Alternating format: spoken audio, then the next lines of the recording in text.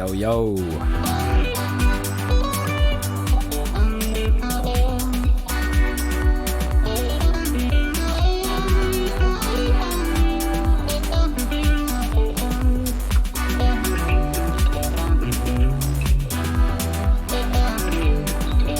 Trying to decide if the song is done or not.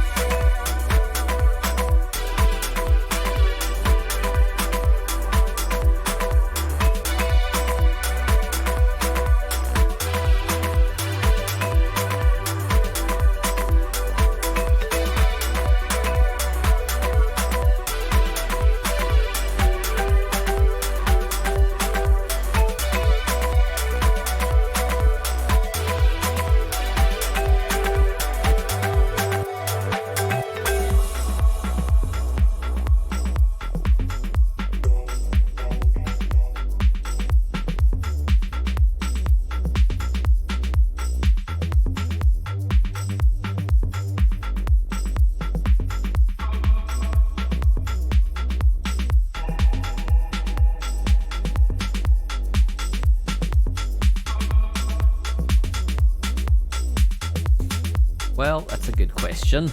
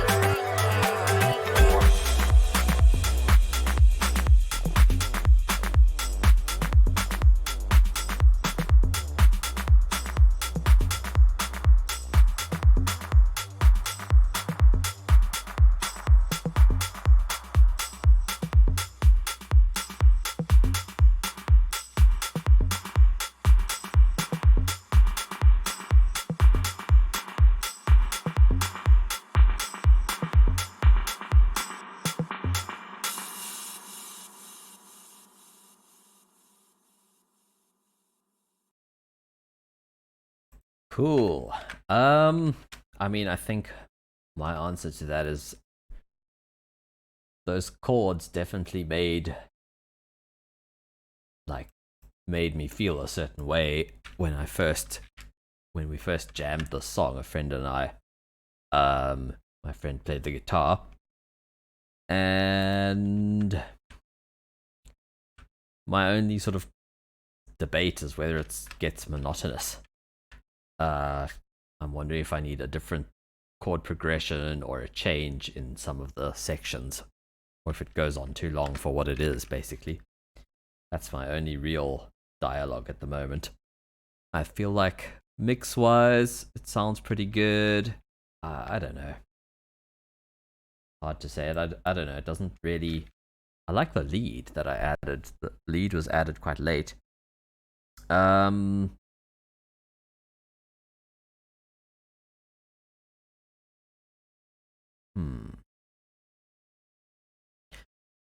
Yeah, I'm not sure.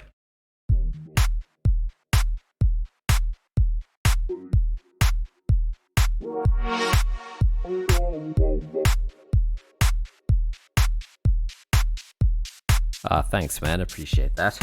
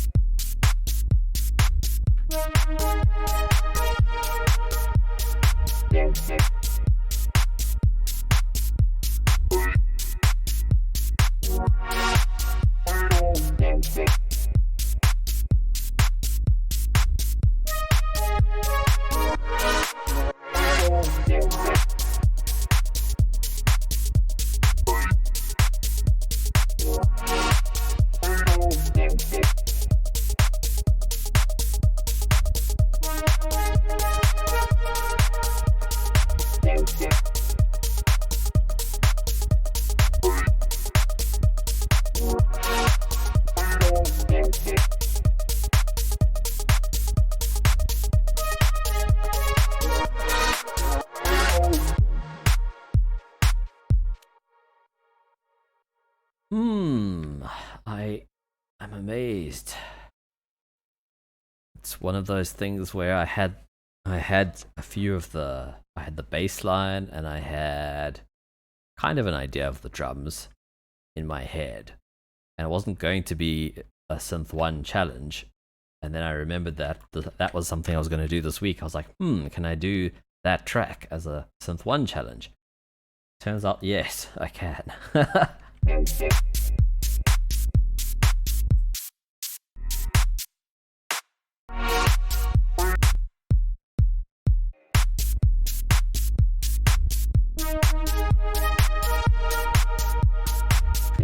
So one thing I want to do is fade this filter in, filter this pad in.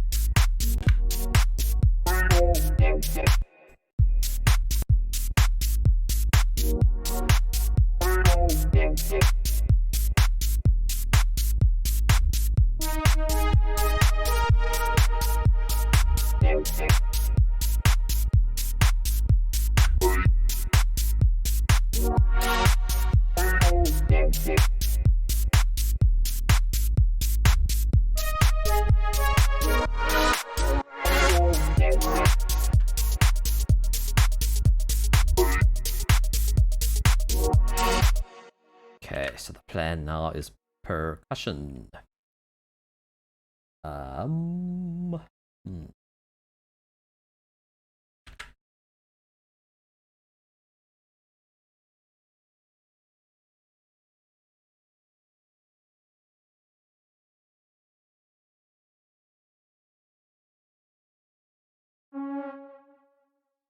This is the most annoying initial sound ever.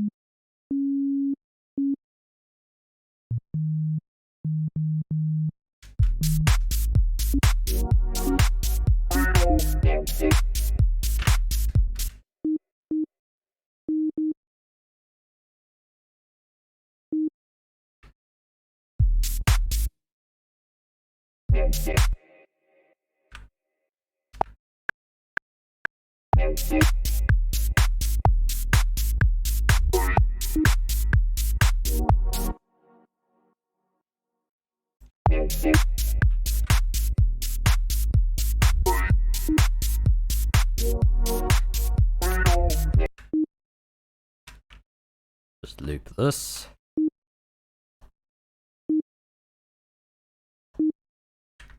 Even loop 2 auto notes.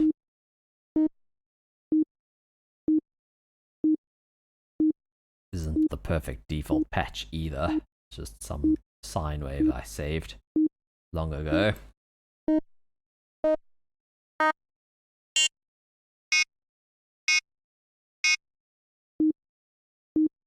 So I can turn the modulation envelope on.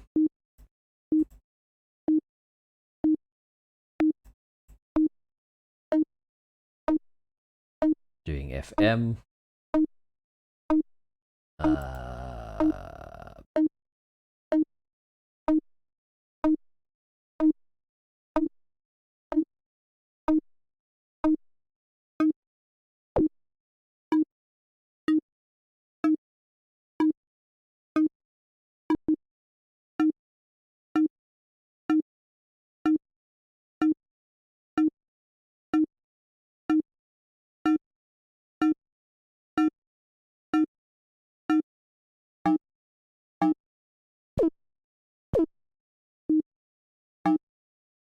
basically an out of tune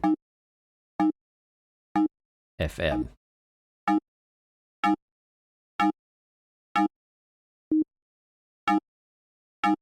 Sounds like some kind of synthetic percussion.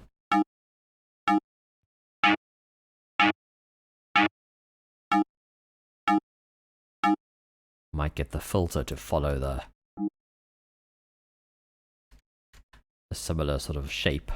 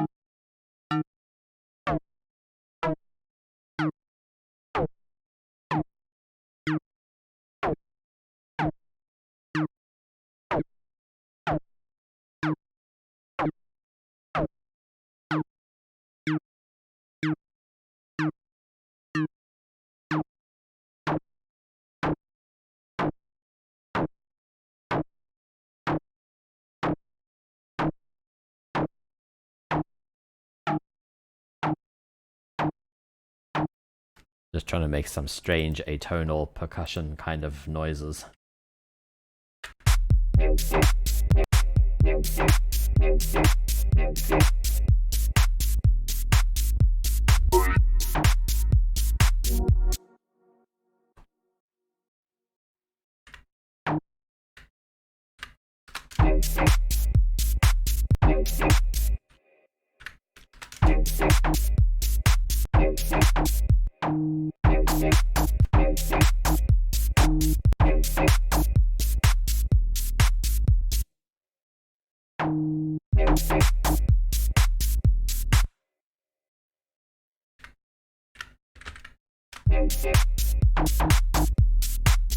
Hey, what's up, Rom? How you doing, dude?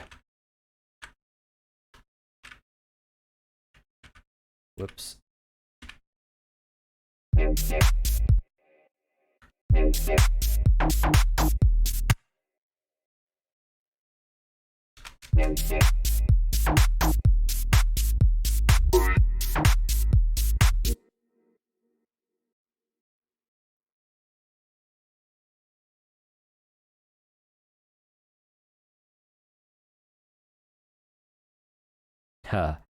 Yeah, I've been alright. Having a bit of fun with this challenge. Synth1 only.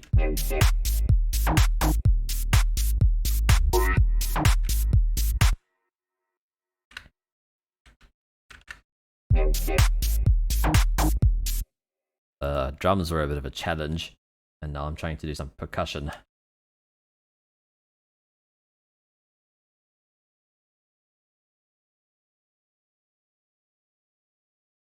Ah, it's all good, man. I understand. We all go through tough times.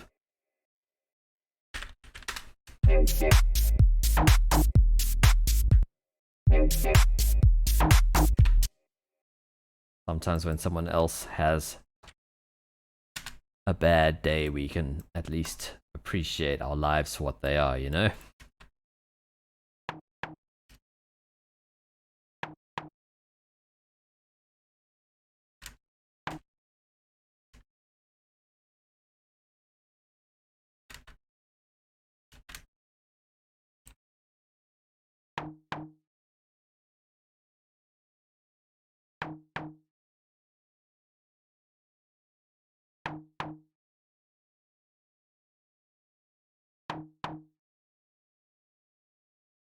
Now I'm addicted to that talk box thing.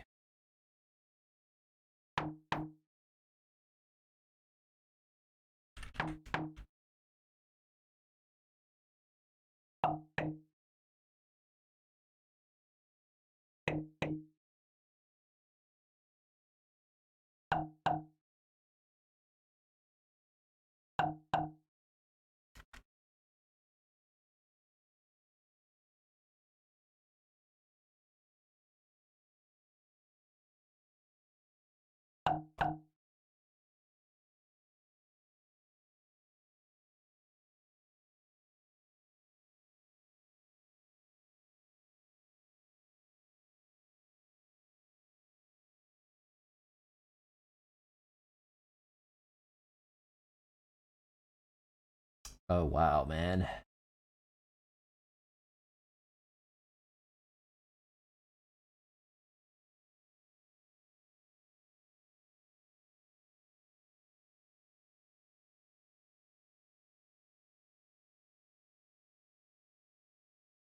Nah, it's all good.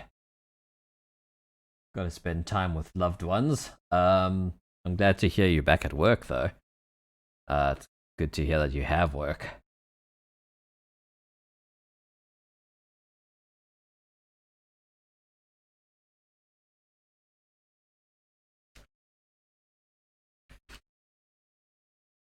Also glad to hear your mother's getting back from the hospital. That's kind of cool. I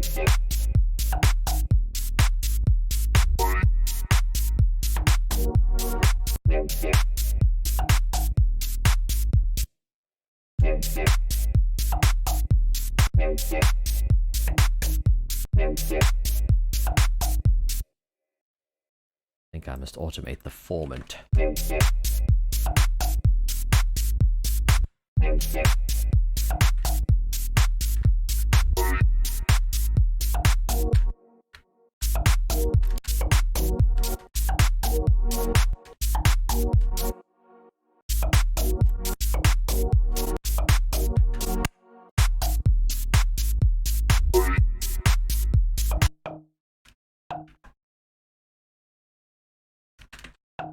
We've made one percussion sound. I think we need a few more.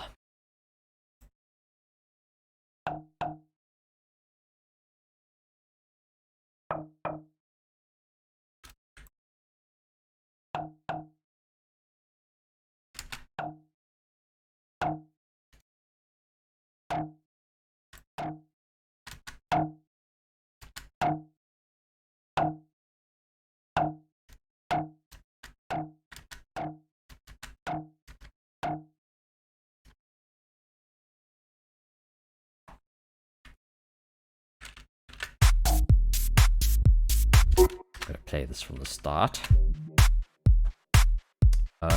This is very soon. Let's move this to halfway through this section, maybe.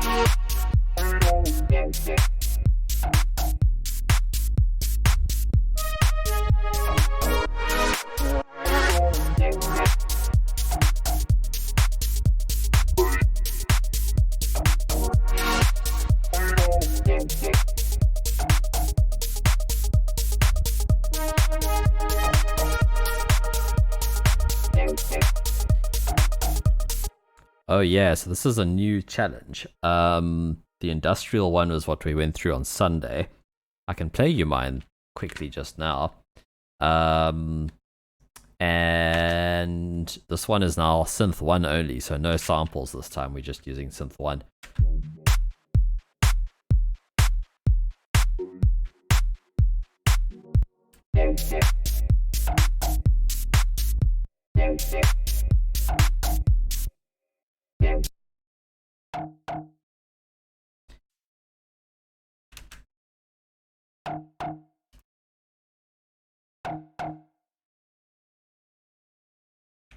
Synth1 is this old free VST synth.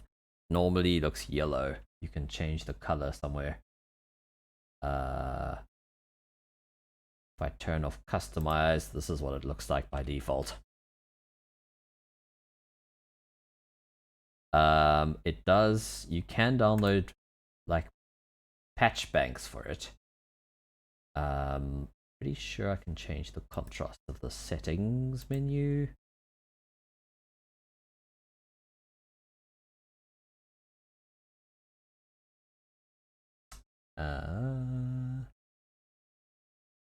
Transparency, there we go. There we go. So in this window you can how do you do it again?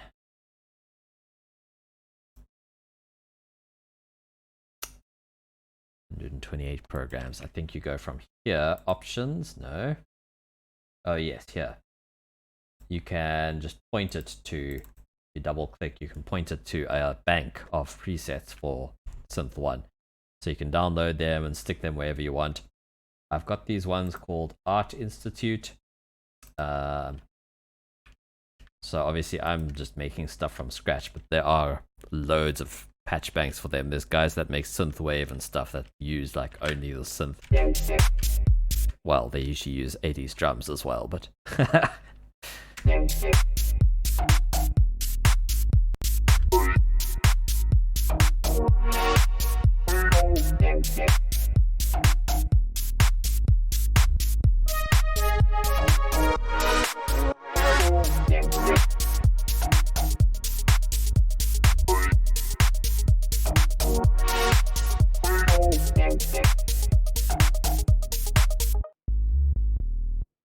think my sub could be bassier. I mean, not bassier. My sub could be punchier. Oscillator 1 and 2.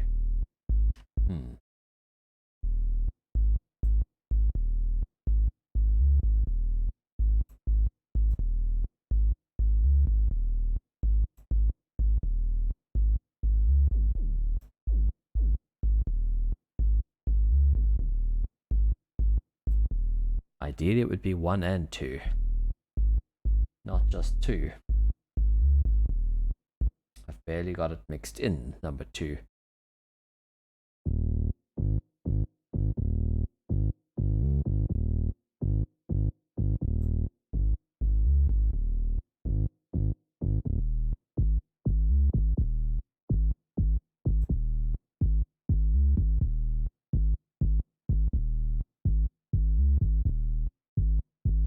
Yeah, exactly.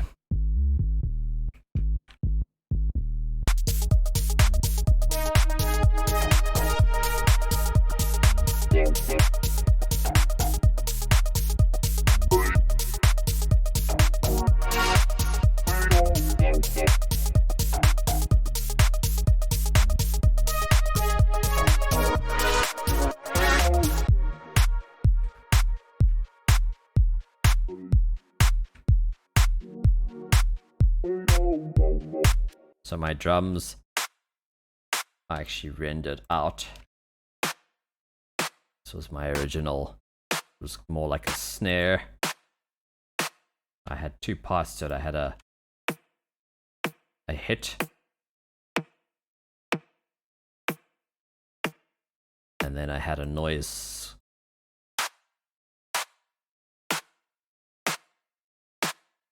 Which kind of sounded like a snare, especially if I had this pitch an octave up.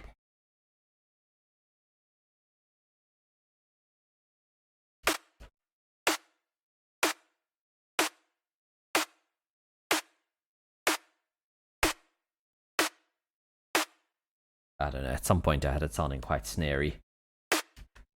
But I've kind of turned it into more of a clap now. And then every hit was different. Same with the kicks, so I sampled like a bar and then chose the one that sounded the best sort of groove wise. Same with the kicks, because you'll hear the kicks sound very different each one.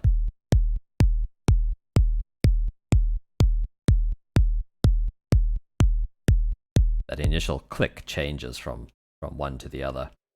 So I just rendered out a couple, and then I chose the ones, whichever one sounded nice, and then EQ'd it some more.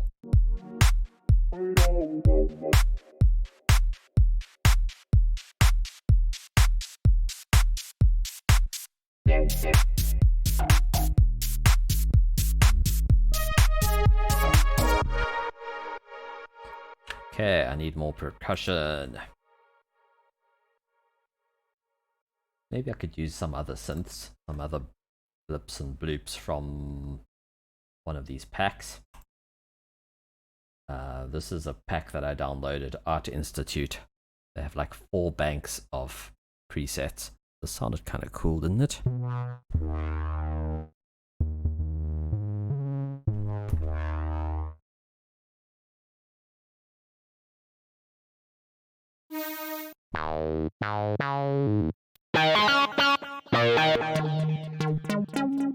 Ooh.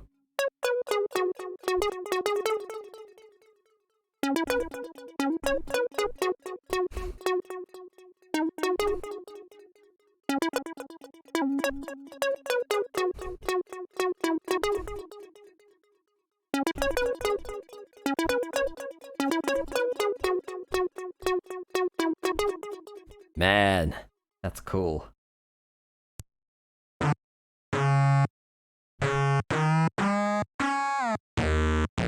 I don't always recognize the song names. Sometimes they're not song names, to be fair.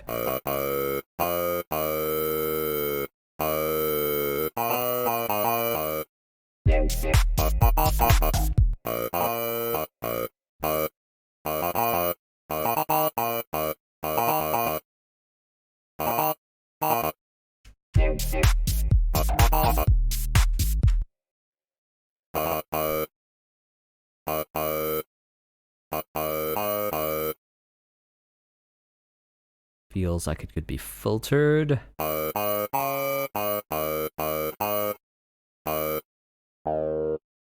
Ah, that's a problem.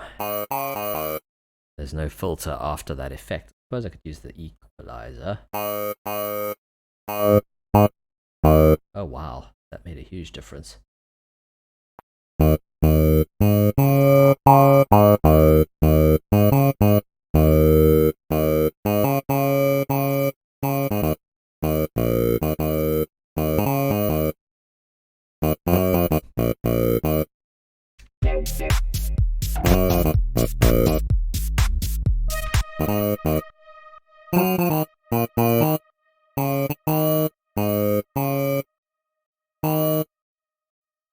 Mod wheel is assigned to something. Let me get to the mod wheel.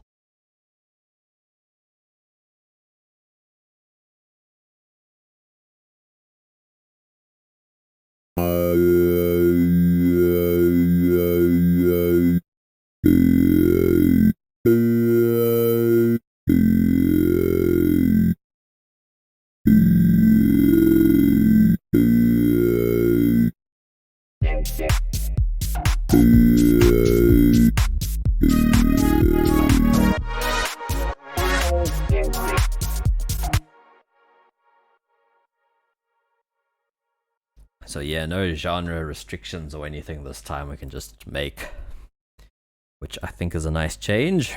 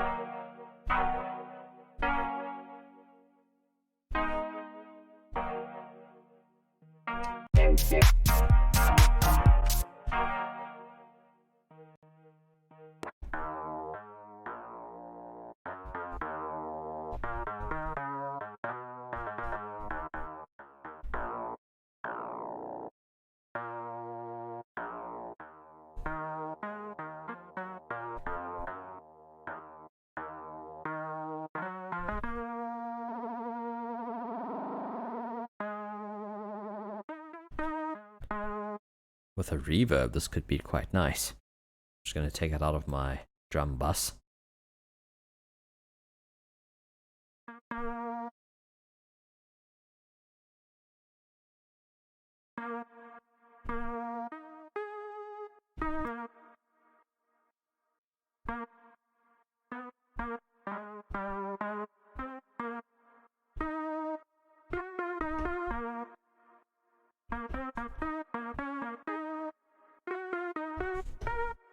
Ah, you got hold of him, that's good.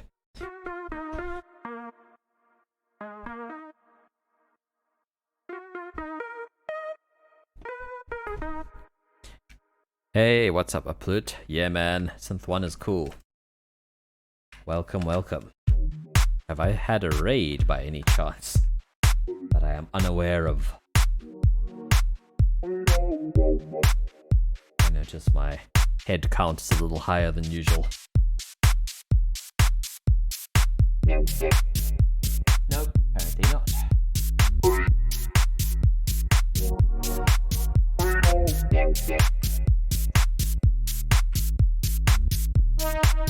Guess it's a good time of day.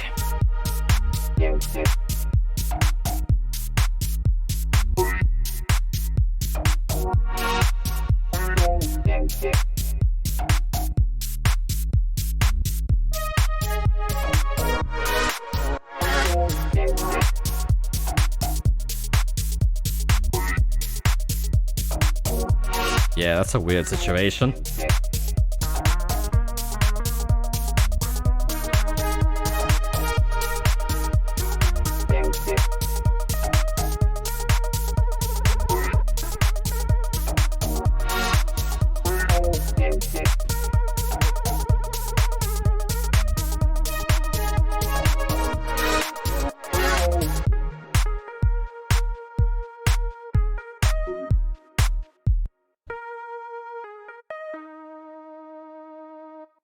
Yeah, I'm sure.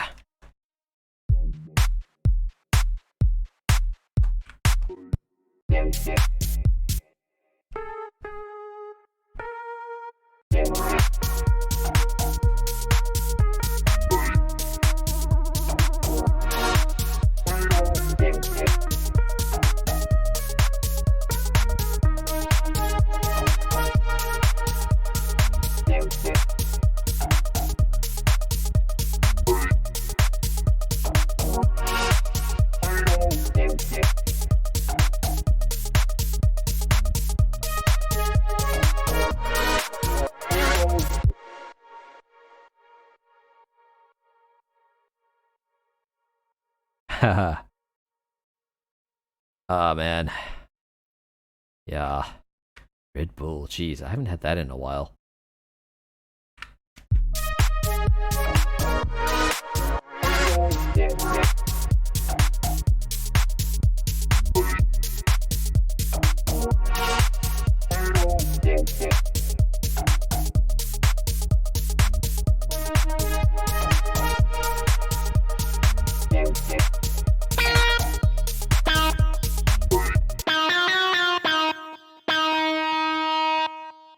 Seems we've had an accidental patch change. Oh, that's a different track.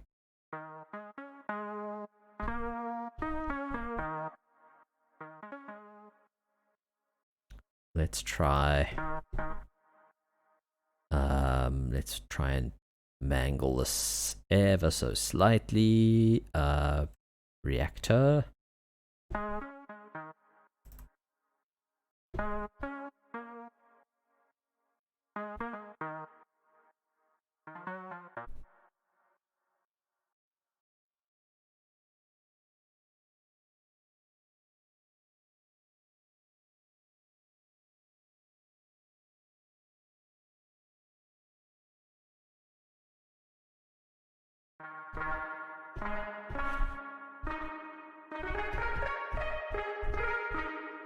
This is Spring Tank,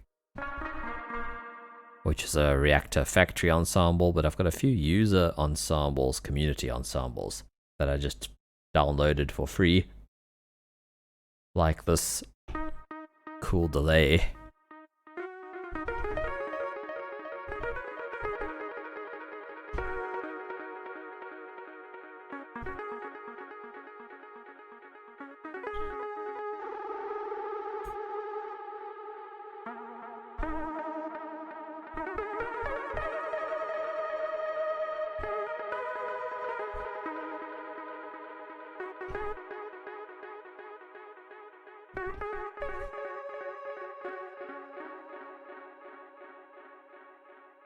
You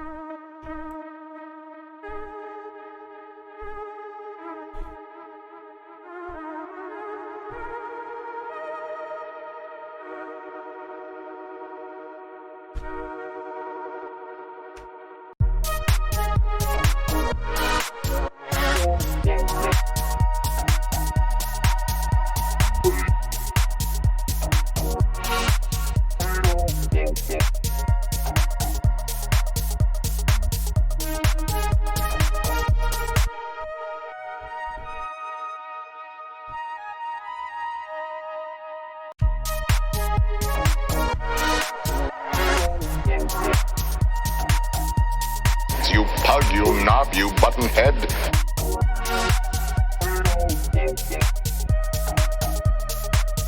Cheers for the follow.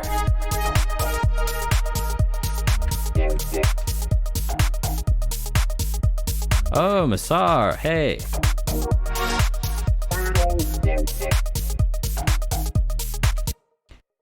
Yeah, having fun with the Synth1 little challenge.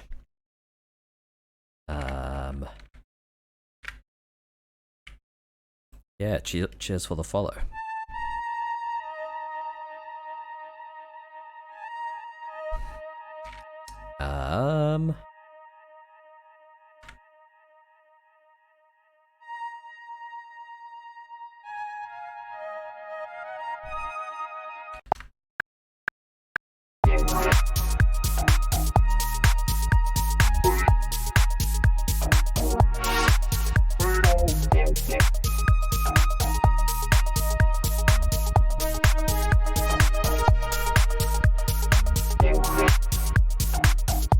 Cool, man. I might bring a party over. Did I record? Crop to that take.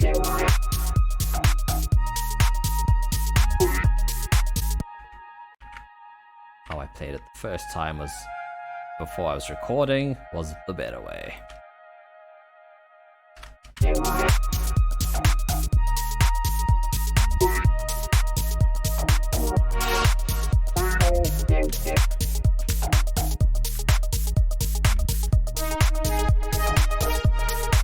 So that's actually the first preset I've used. Up till now, I've managed to make the drums and stuff myself.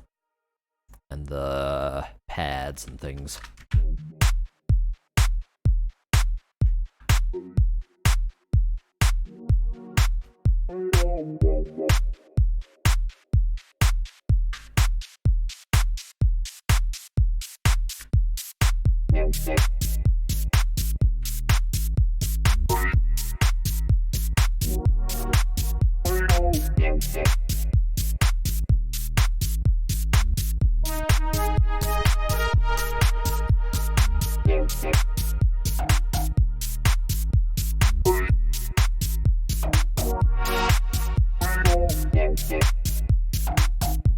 I can probably find you the link.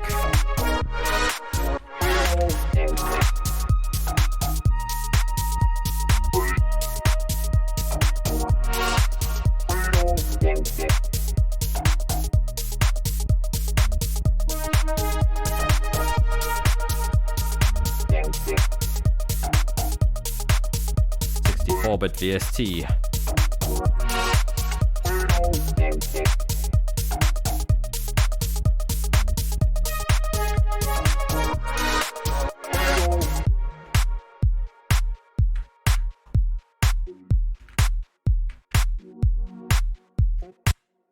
I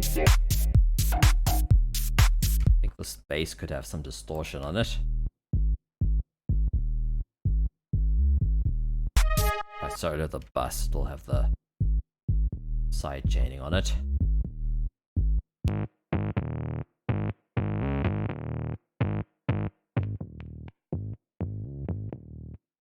Okay, here's what I'm going to do. I'm going to copy this. I had a top bass originally.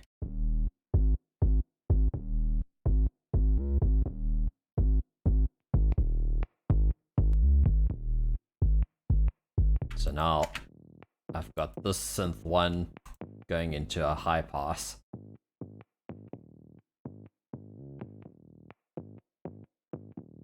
And with Reaper, the MIDI just carries on going through the chain. Where is my chat gone? It is die. Restream chat, come back. Well, I can check the chat here.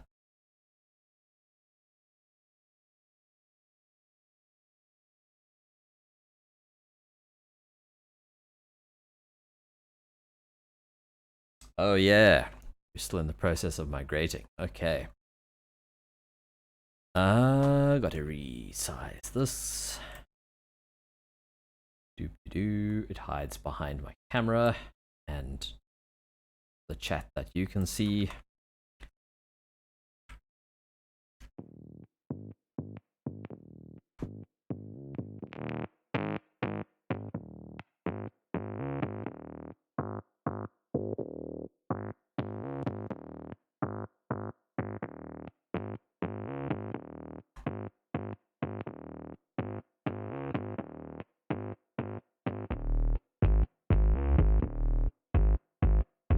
Basically, I have this band splitter separating out the channels, so 5 and 6 have my mids and treble on them, and then this chorus is just affecting 5 and 6, which is my mids and highs.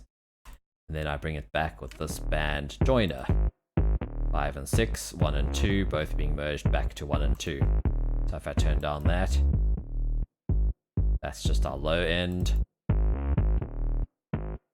That's just our mids.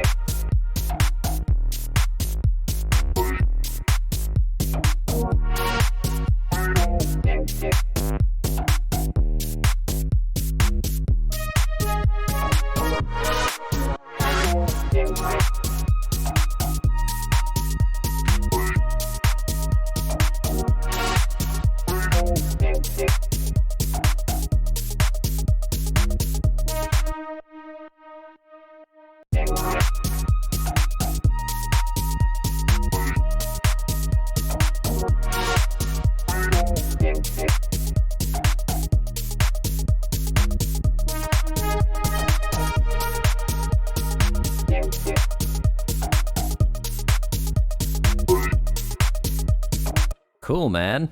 Is that a little side hustle you got going? Or is it for something in the house? But anyway, have a good afternoon, dude. Or morning, I suppose it's morning where you are. I think I'm gonna do this.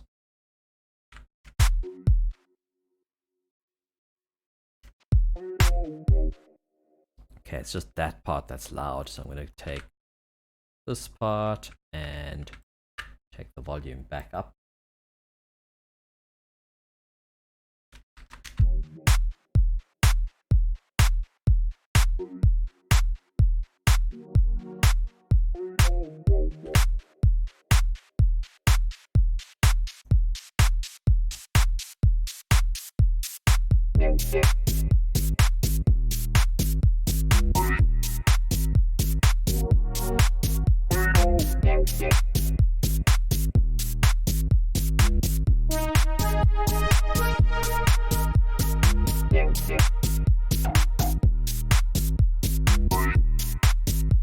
Haha.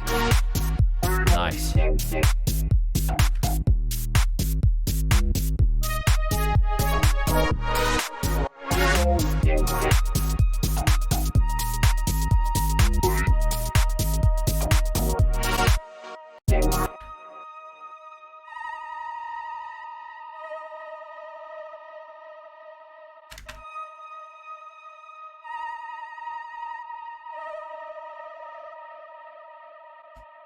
considering recording in some mod wheel.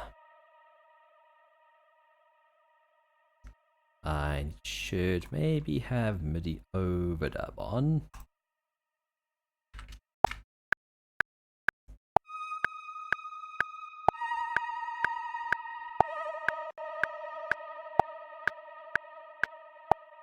Seems to be changing the rate and amount of modulation in that patch.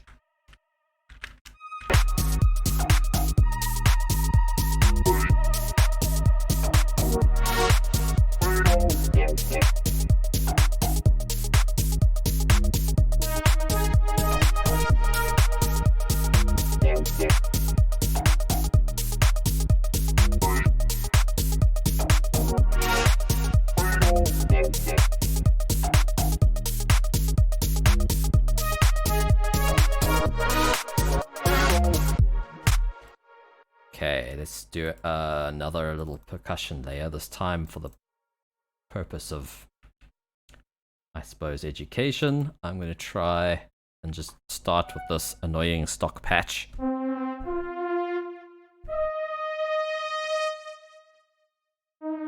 First thing I'm going to do is turn the attack much further down, the release down as well. Turn off these effects. Now there's some LFO, and LFO is affecting pulse width. And another one is affecting the filter. I'm going to take them both down.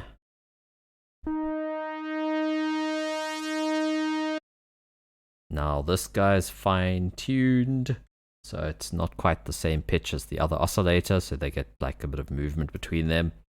Taking that away. Now we're at much more of a stock sort of sound. What I would also do is open the filter, turn down the ADSR for the filter, and the amount of the filter envelope.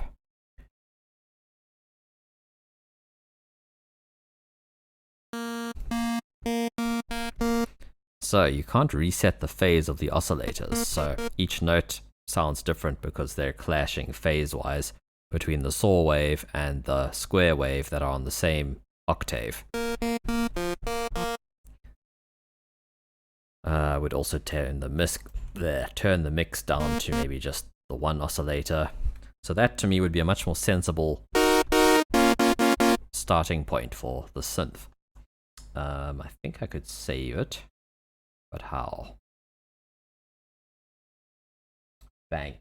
Okay, see, the second bank is my custom sound bank.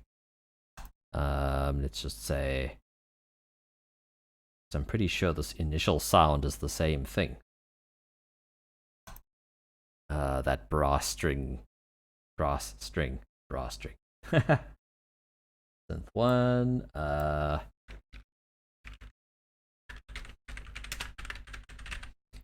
Initial better. Let me just, I don't know. Let's just double check that. What's the initial sound actually?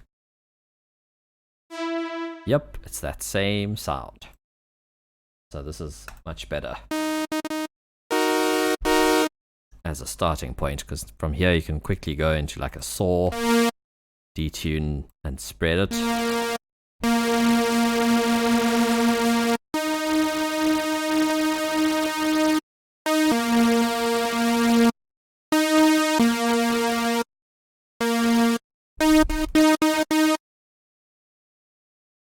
So now we've got some saws. We can increase the polyphony because you saw that lit up all these voices.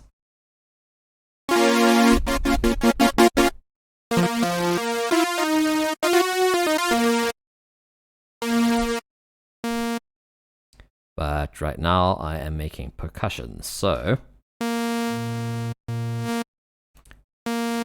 what I might do is go to start with a sine there, and then maybe modulate it with the second oscillator with FM.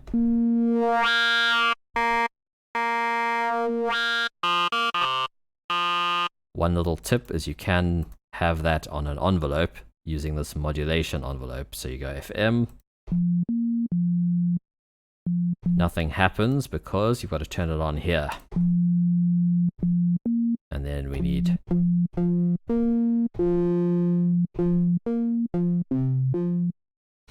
so now this is FMing based on the second oscillator. This oscillator is modulating that one. So if you change stuff about the second one, even though the mix is all the way to the first oscillator, let's have a listen to the second one. So that's our second oscillator. This is the first one.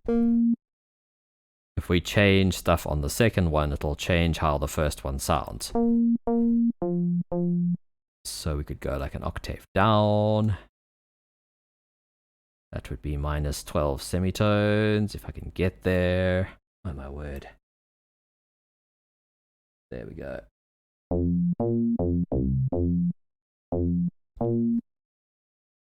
So for a percussion kind of sound, I was thinking kind of like a cowbell. So I'll go an octave up. And I'll ignore the semitone reading and kind of go off tune. Already sounds sort of like a bell.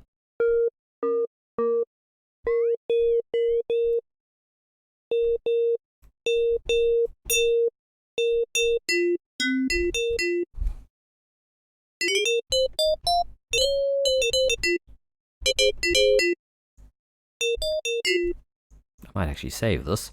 See what it sounds like with some reverb.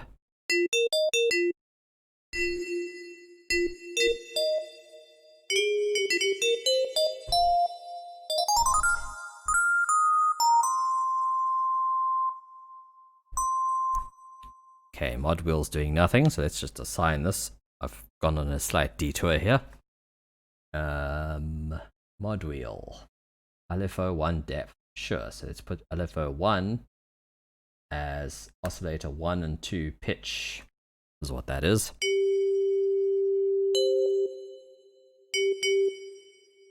Now I just turn this up.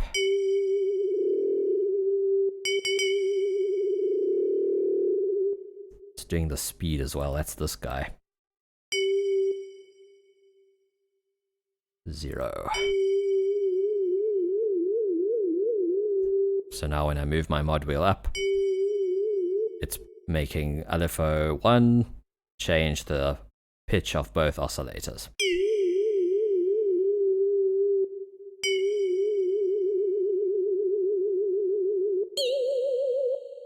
I'm going to dial it back a little bit.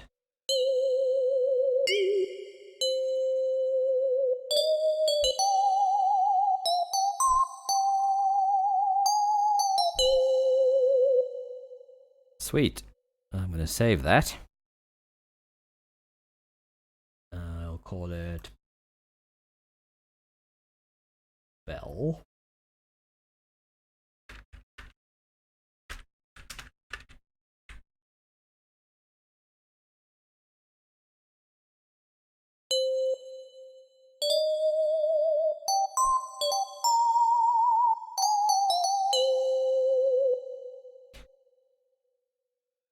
So we're still trying to get some sort of percussion noise.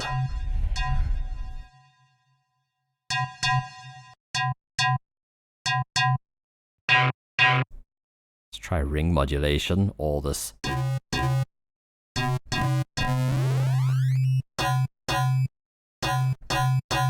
Sort of like a bit crusher type thing.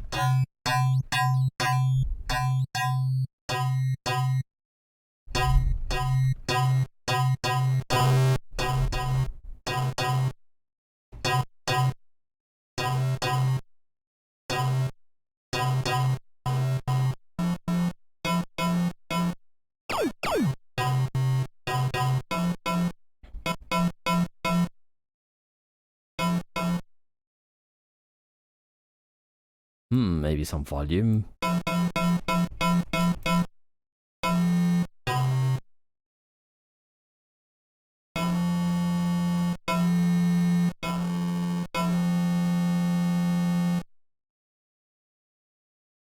Amplitude.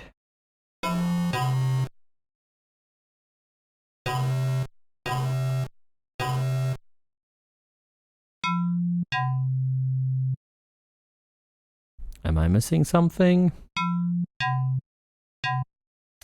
Aha, you gotta switch it on.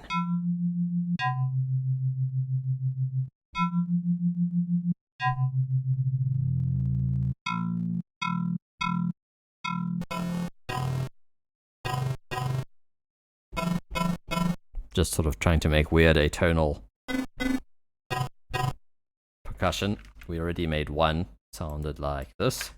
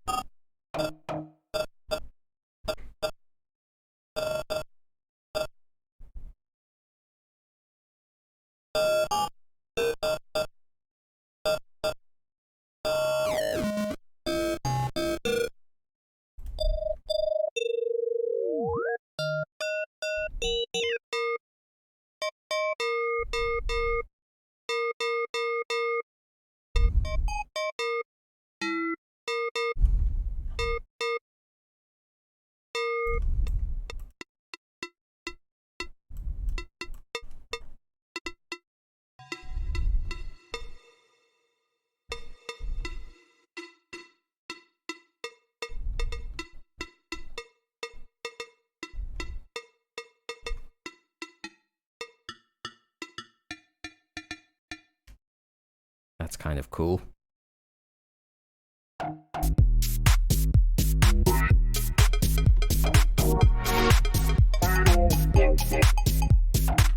Kind of like a cowbell.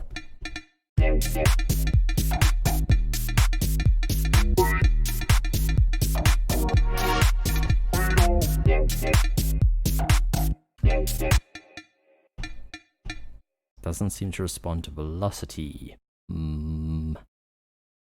That would be this guy. Along with the amplifier ADSR, we've got gain and we've got velocity.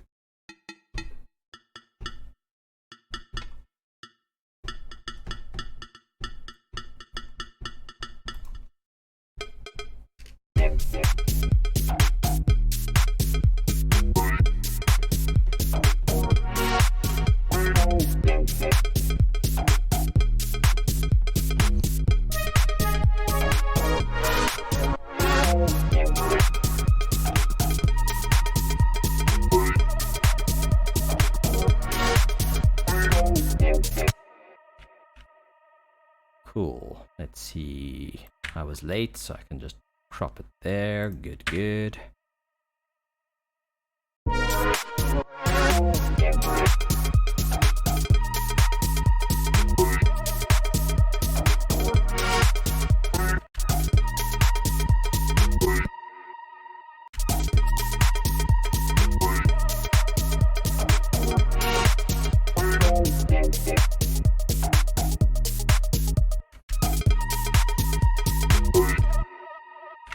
Okay, could use a bit of quantize. One thing I like about Reaper is you can set a swing grid, which I have on this track set to 40%. One thing I might want to do though is ignore these rolls. I might even do that.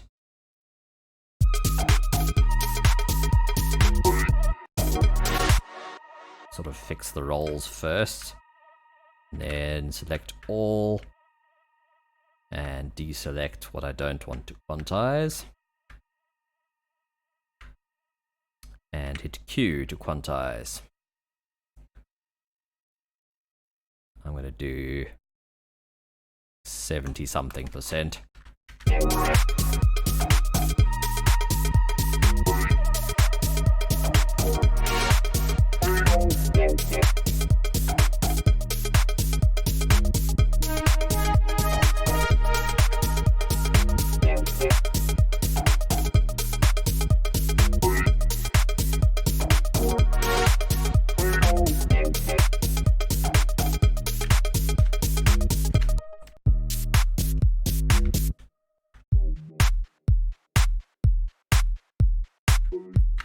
Suddenly I'm wishing I could go and find some found sound Foley and stuff to stick in the intro.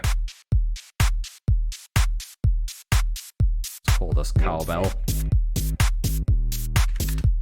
Random colors.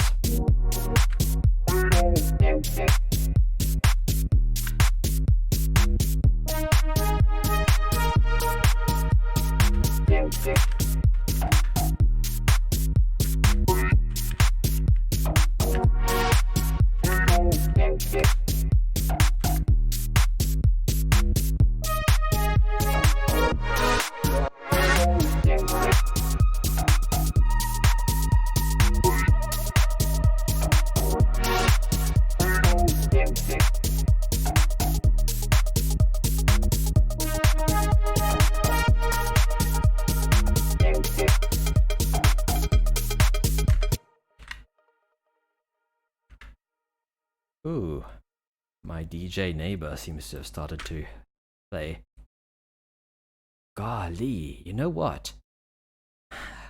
It's a crazy idea, but and we've got bad neighbors that side, never mind. I had this sudden crazy idea. There's guys through my bathroom window who like to have these braais and sometimes have loud like techno playing. And then there's someone else over there who seems to be a DJ. I was thinking we could have a rad party. A social distancing backyard party like my dad had.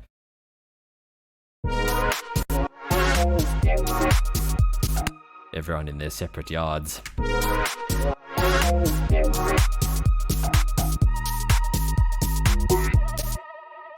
No, I don't mean bad neighbors, I mean neighbors who would likely complain. They are very nice neighbors, but I don't know that they would enjoy a techno party.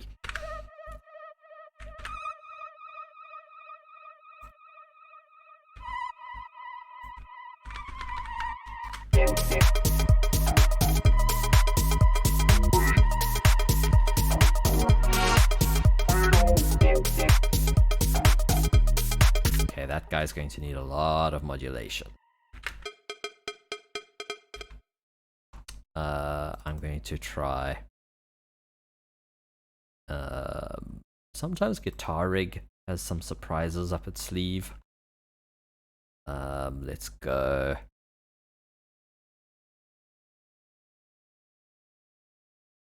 Effects. I can just scroll through some of these effects. I want to loop the last. That section to make it stereo with this little left-right input. Sneaky, sneaky.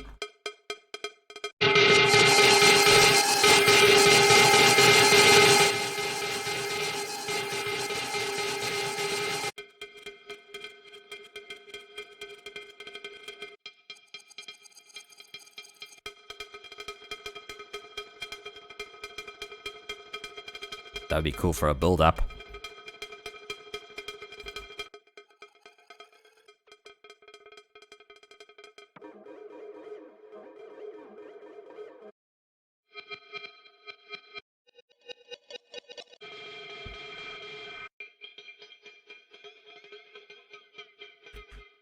That's the kind of thing I'm looking for.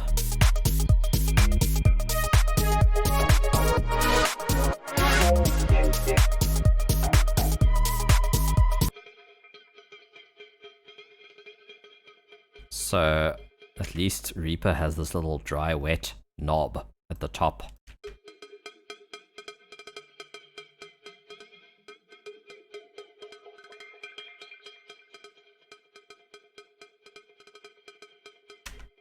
I would imagine I could help a beginner with what exactly? With Reaper or with music production in general, because I do use other DAWs. I'm sort of proficient with Pro Tools, Ableton, Reaper, FL Studio, and Reason.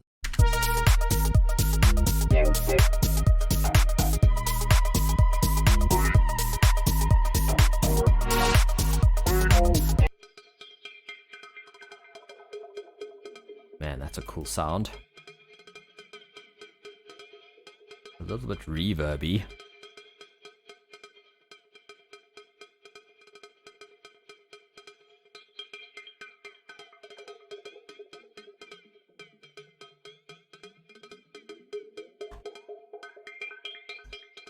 Man, that's cool.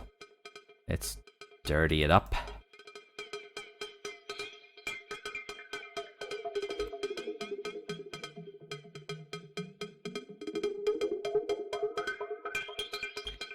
Oh, feedback. I do sometimes do feedback streams. I haven't actually done one in a while. I'm thinking I could make them a regular thing though. Not right now though, I'm afraid. What sort of music do you make?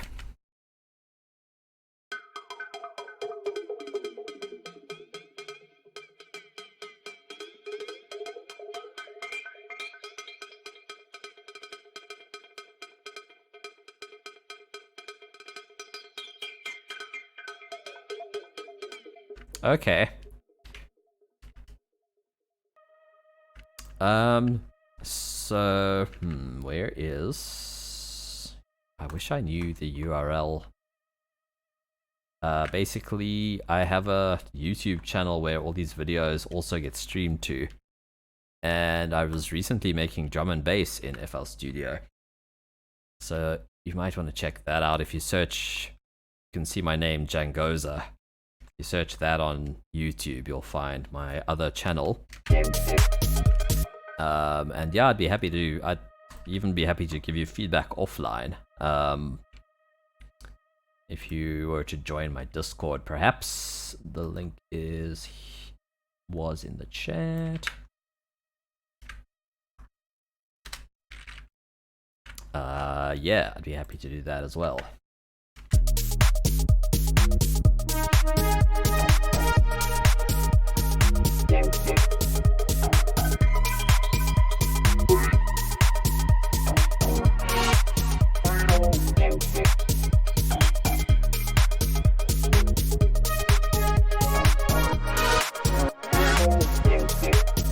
Yeah, lo-fi is a fun one to start with, I would think.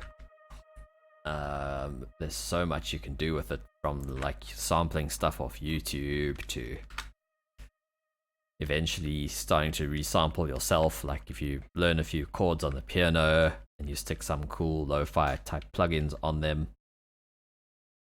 That probably is. There are not many. This does look like it. So that was a techno one. Yeah, but this is my channel. So there was a drum and bass one recently. The techno one's probably also cool. I don't remember that one, to be honest. I've got playlists. I should organize them. Yeah, it was this one. So I was actually not at home. I didn't have my usual mic. I was on a laptop, so the sound's a bit weird. My voice, rather, sounds a bit weird. But yeah, feel free to check it out.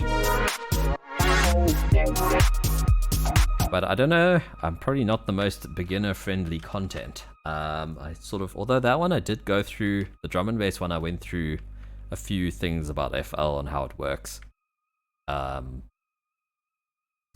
Yeah, sort of generally, if someone asks me a question, I'll answer it, but it's tricky unless you've got a decent following and you sort of know what level everyone's at. It's kind of tricky to know what to help people with.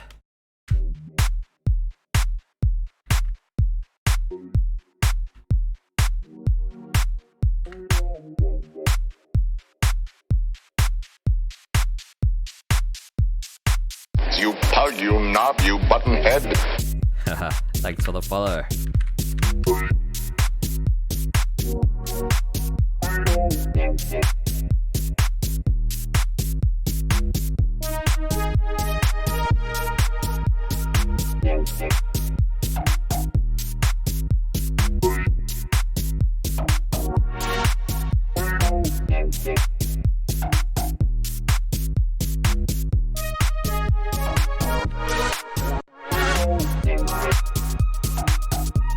I should add that as a command. That is a good idea. Actually, I'm surprised I hadn't done that. Oh, I think I had a command for feedback, but I didn't have one for that. But yeah, thanks. I'm going to add that after the stream for sure.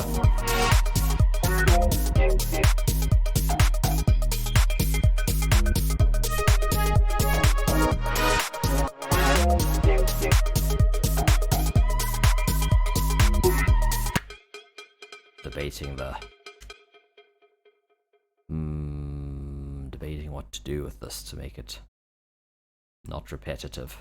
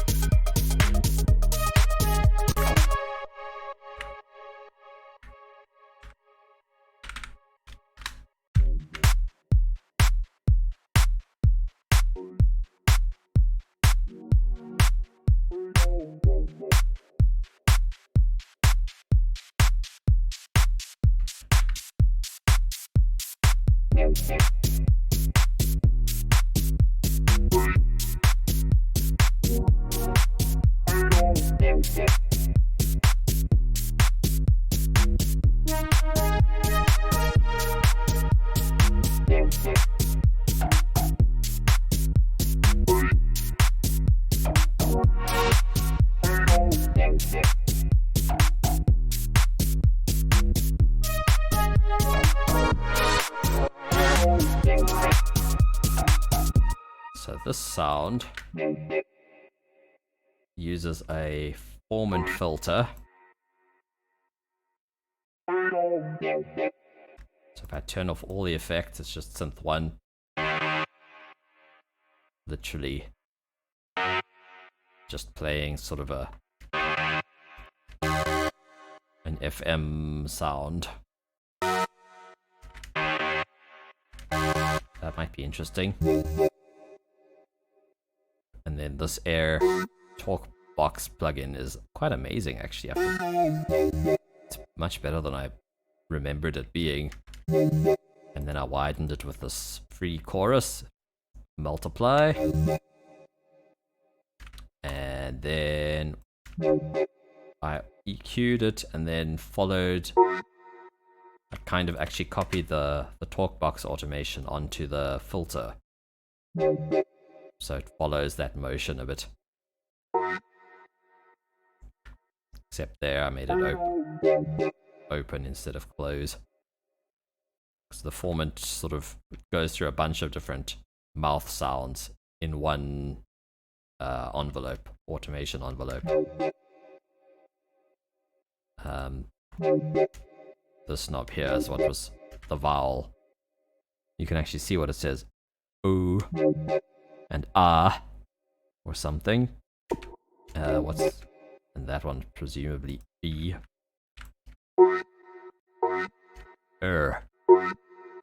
Huh. So then there's a formant control as well.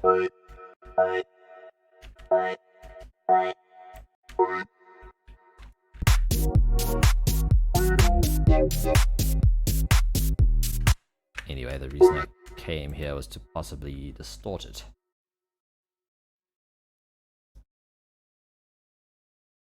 And maybe it needs a bit more EQ. Ooh, that's already more like what I was thinking.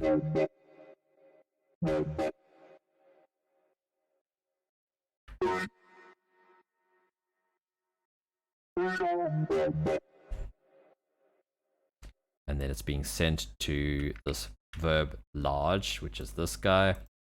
It has a high pass, then an air verb, full wet of course because it's a send. Pretty big reverb size, 4.3 seconds, fairly large room. And then it has a pumper on it, giving that ducking effect just on the reverb. Kind of muddy sounding.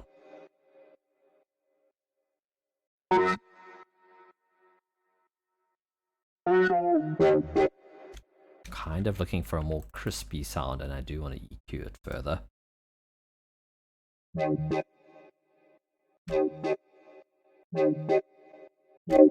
That's the frequency bugging me.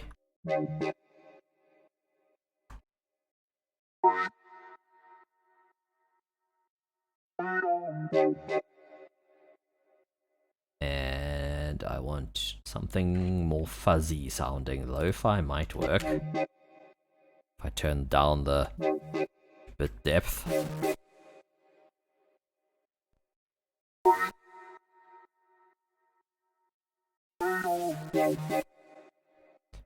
Sample rate. That's also cool. Oops, I'm not at the bottom of the chat anymore.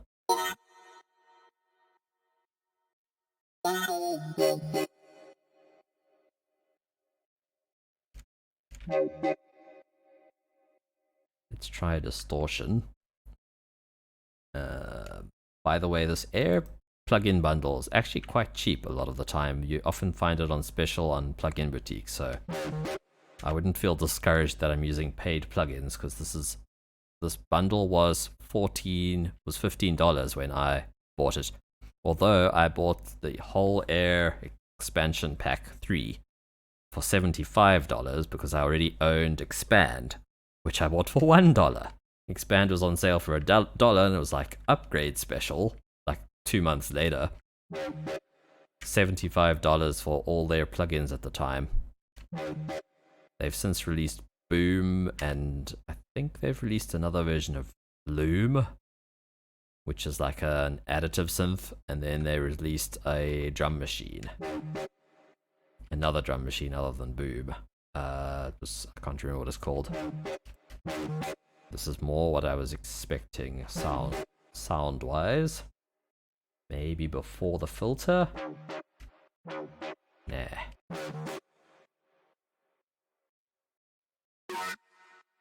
I can dial back the mix.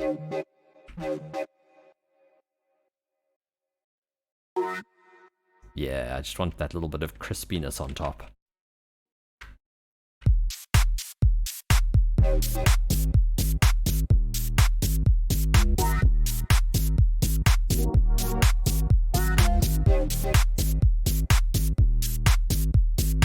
just want to hear this on my monitor. I'm going to mute the mic.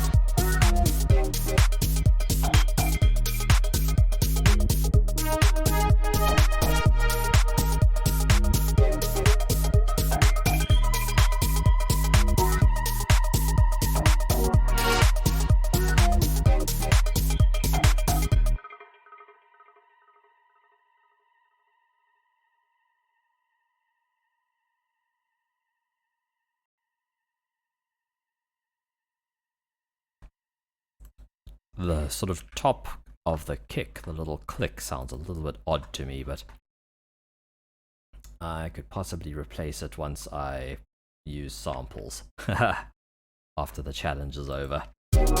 Like, it's not super bothersome to me, it's just a little bit bothersome.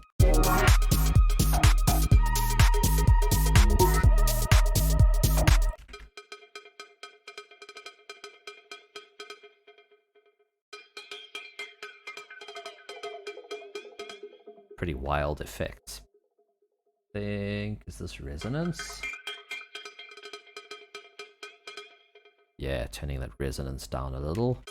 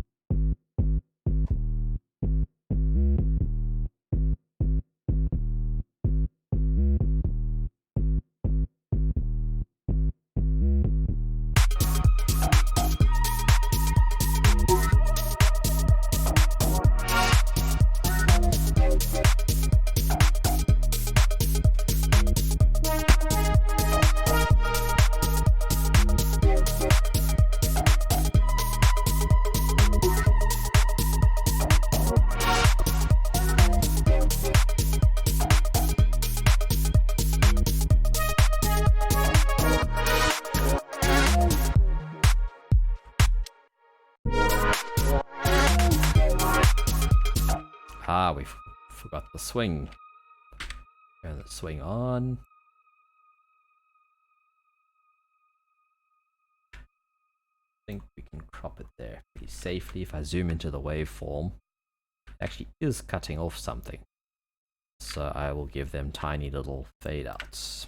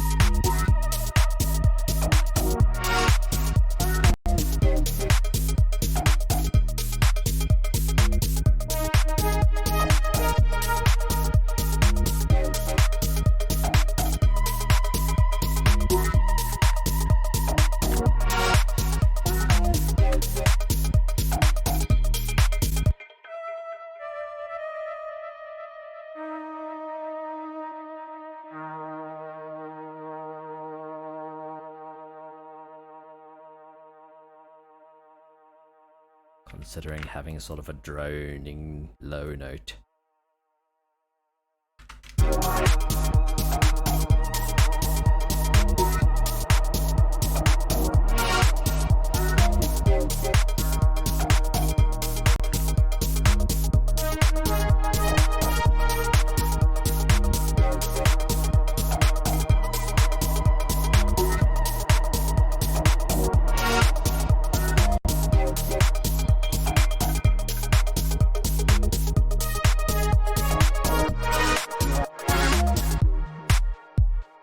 Kind of adds a bit of tension, I think.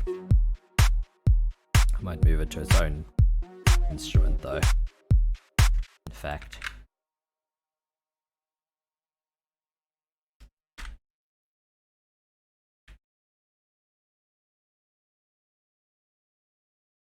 It is done on its own track.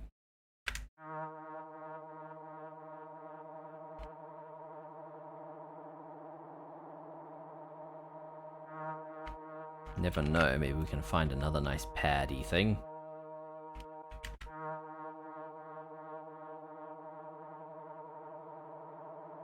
One thing I like in Reaper, you see this blue line, it's actually showing where my notes are. If I scroll down, you'll see notes are blue up there.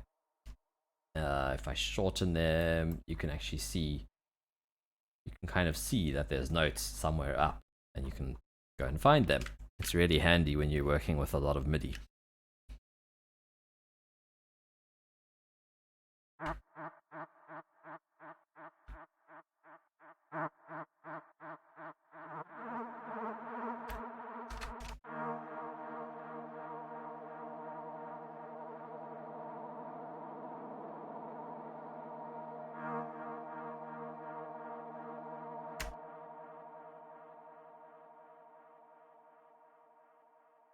Let's go to the mod wheel.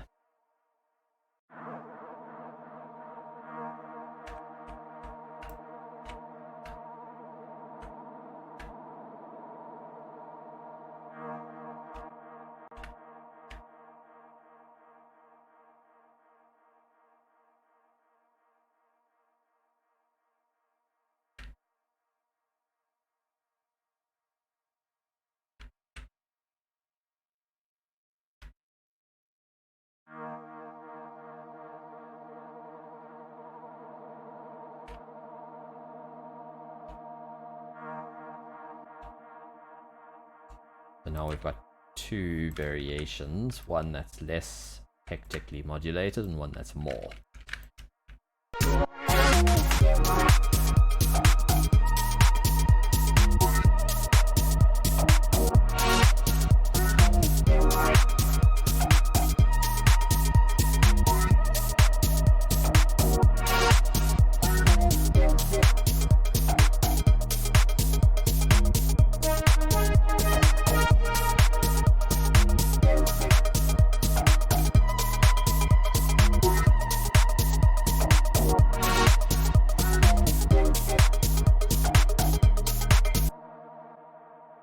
This could use a pumper. I'm just going to grab it from... it was actually one of these pads had it on. If not all of these things. Nope. Yes, here's one. Just because I've already turned off the MIDI input for it. So if you go here, I suppose it's a very quick thing to do. MIDI input disabled. So now it's just following this quarter note pulse.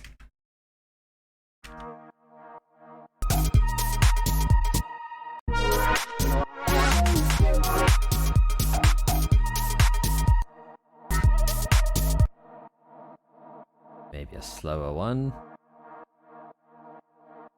Slightly slower.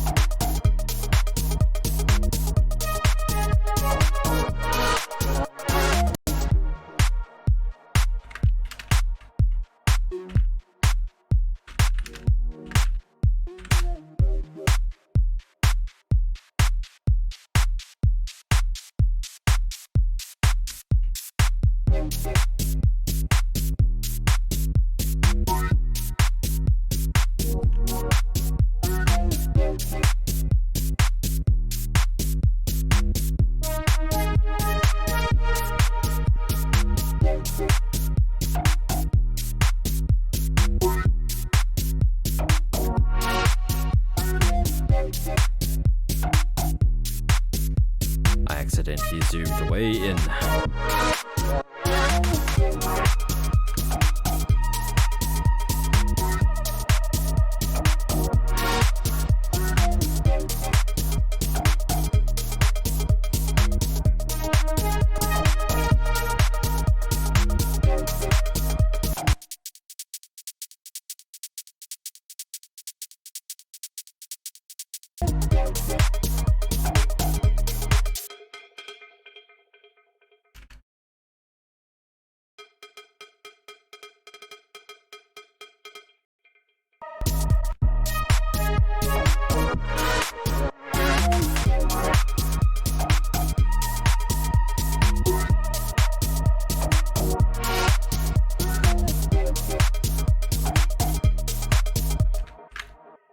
Do a variation on this, minus guitar rig perhaps.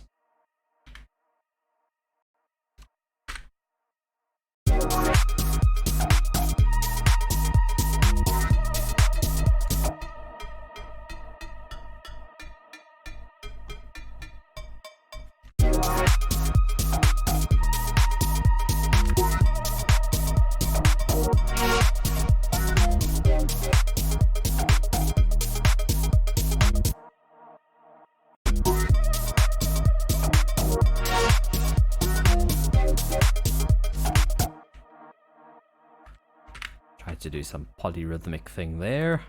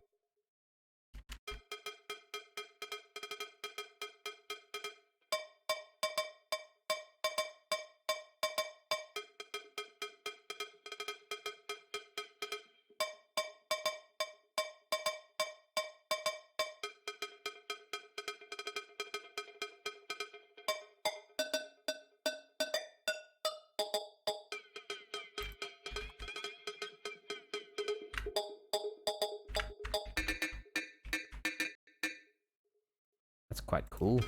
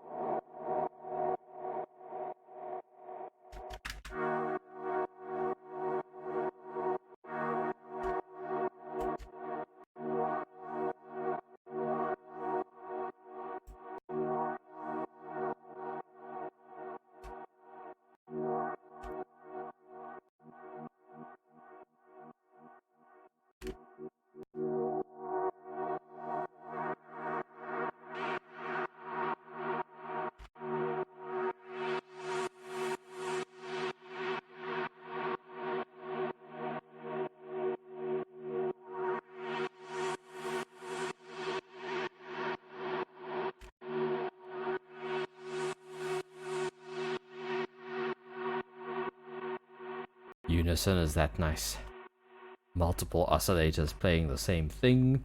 We should also up our polyphony though.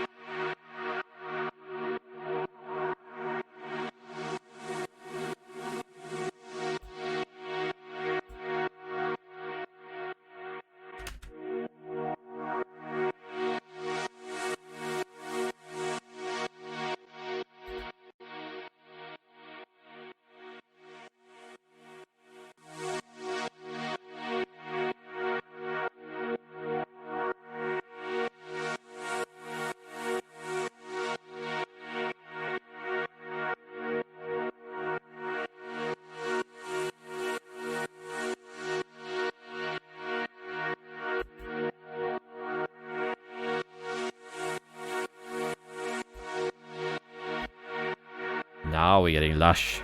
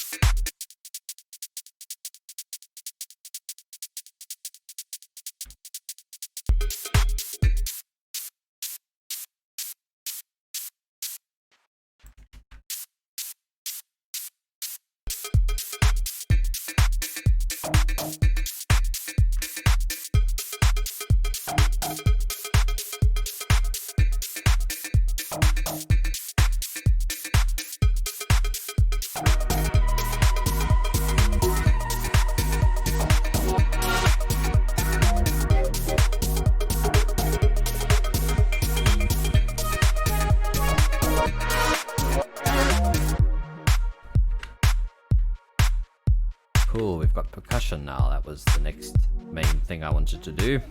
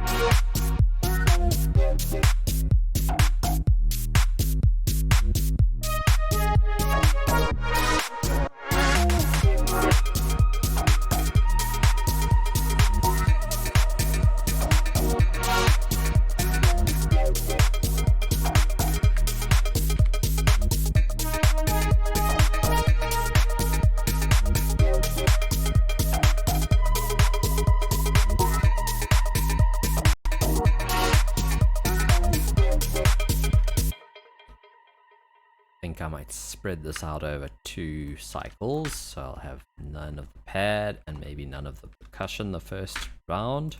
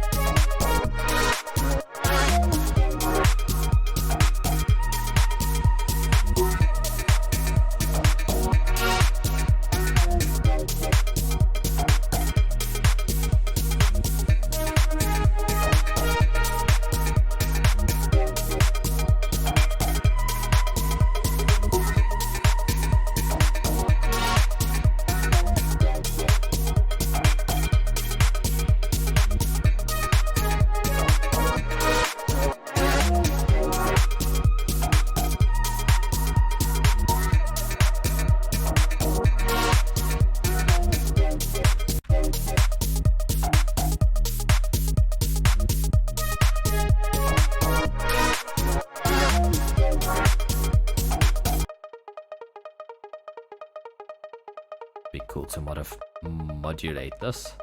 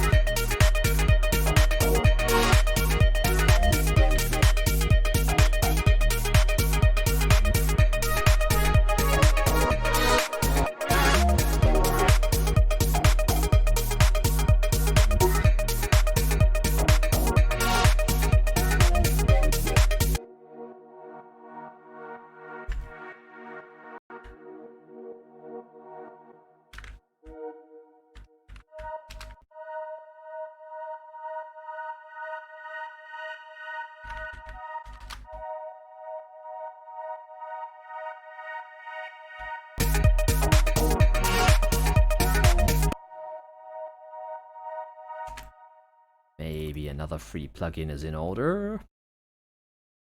Did I stick it somewhere? Maybe it should go under dynamics. A1 trigger gate.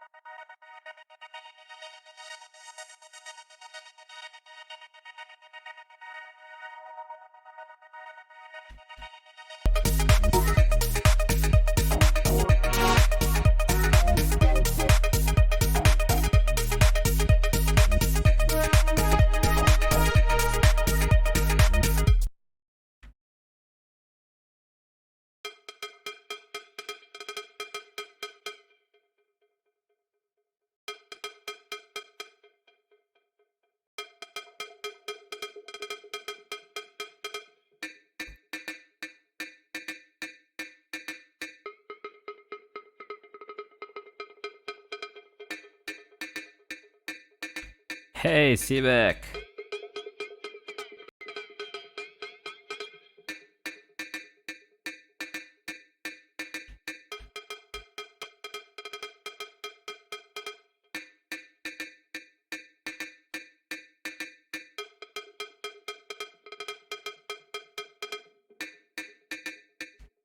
Let's go look at a hex color wheel. I think it's hex.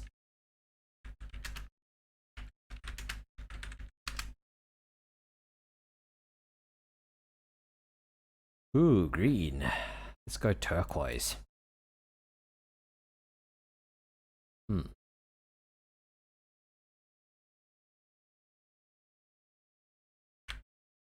So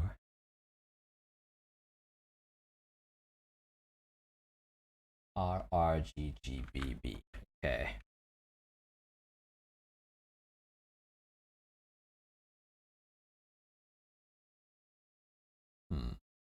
That's what I'm looking for, isn't it? I think it's hex. Could be mistaken. Nope. It's hex. Sweet. Whoa, that's actually quite nice. I like it. It's a lot more legible and a lot less yellow.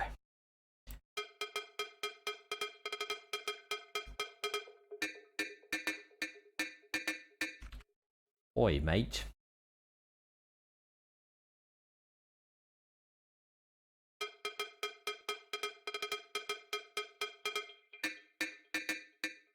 Okay, this one I want to be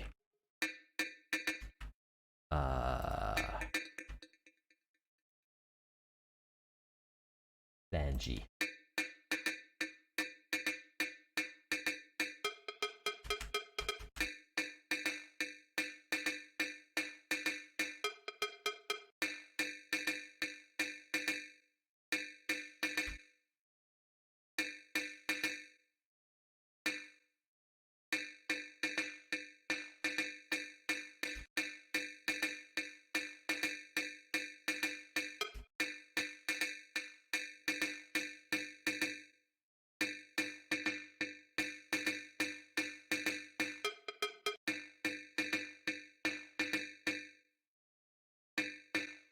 Makes me feel weird. Maybe a different reverb would also work.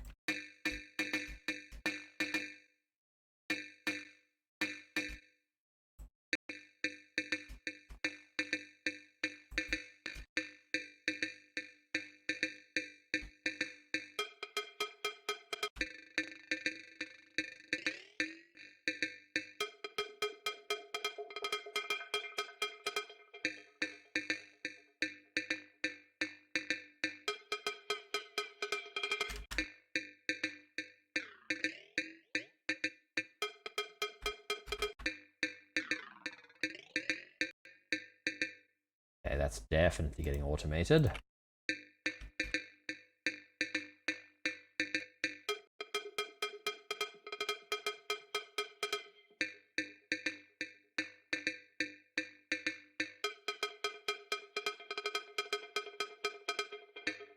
By this time you can clearly hear the modulation on the other track, on the other percussion, so might be a good time to fuck with this one.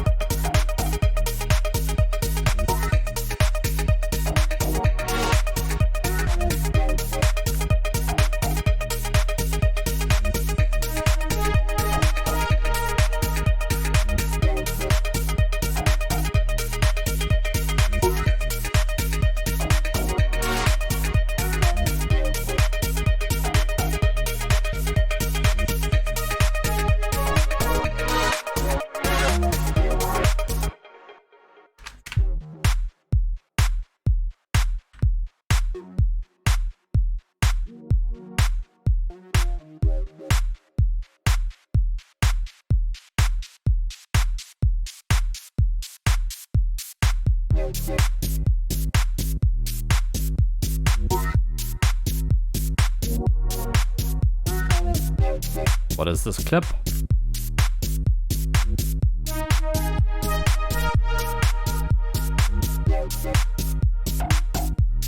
Oh.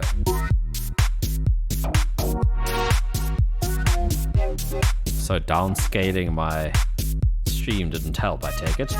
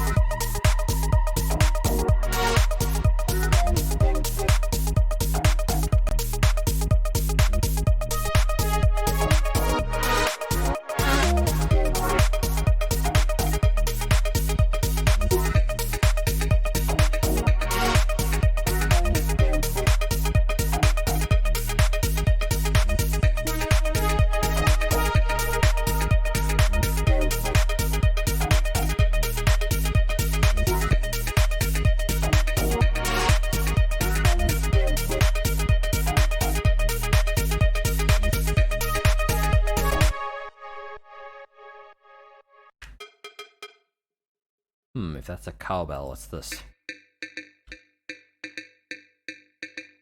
I guess another cowbell. Kind of.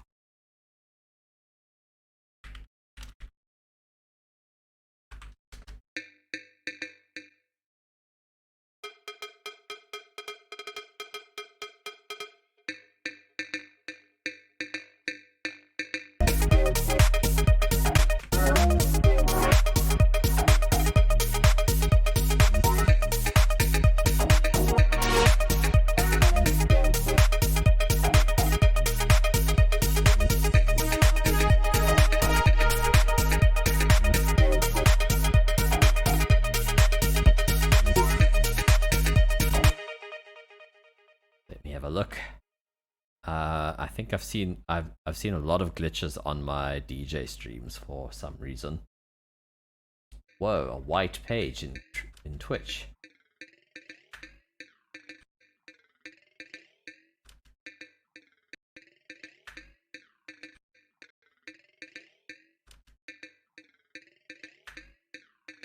Weird.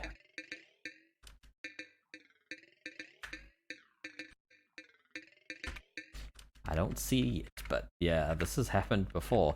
I don't know if it's an encoding thing sometimes where I will, especially on Twitch, I'll jump in somewhere and it'll glitch out for a second. And I've only ever seen it with my streams.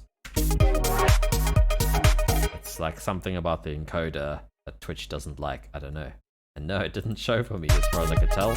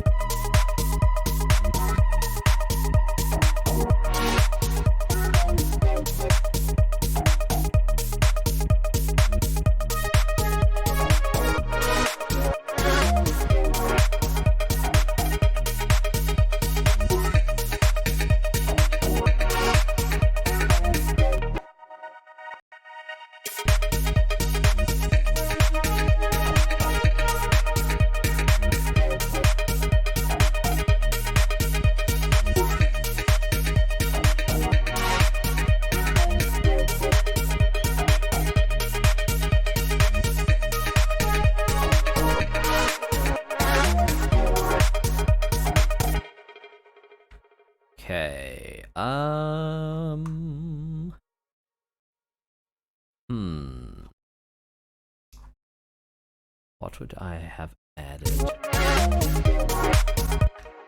Feel like these builds could be more intense and different.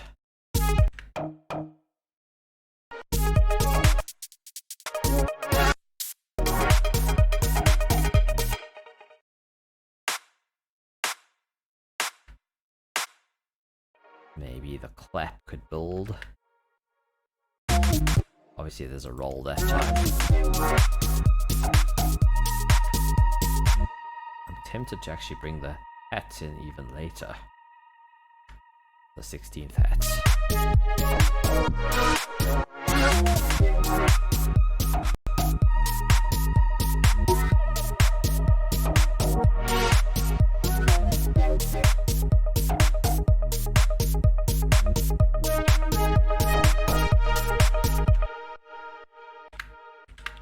Maybe filter down, or even bit crushed.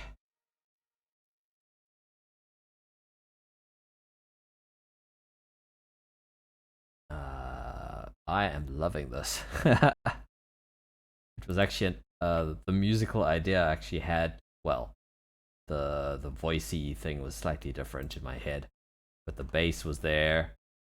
A more snappy snare was in my head. But it was like one of those shower moments where I was like, I had this tune in my head. It's like, I'm gonna do that today, and then I was like, wait, I have that challenge. And then I was like, what if I could do them as the challenge?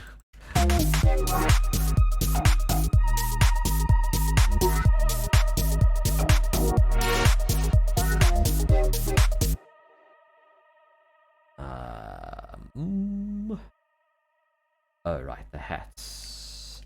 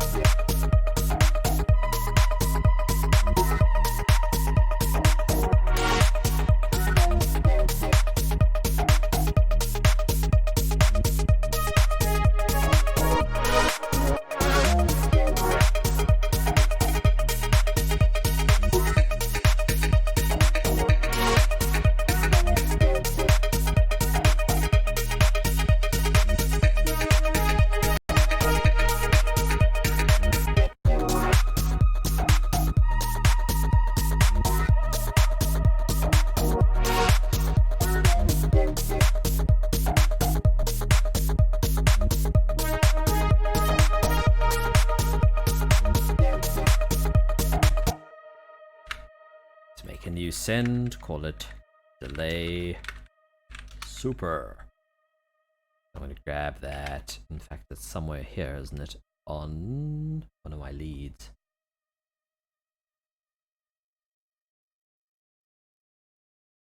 This super tap delay thingy. First yawn of the day. Let's set this to wet. And I'm thinking for a clap build up. We'll send it to that delay.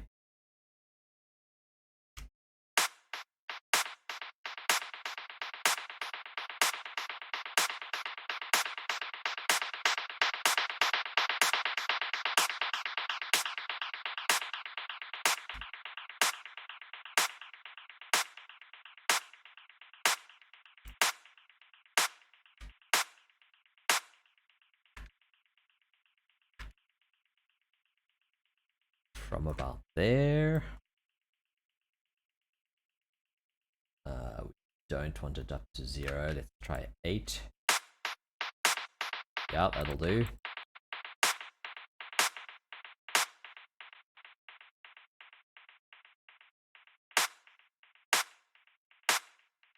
the feedback down or not. I think I can automate the time.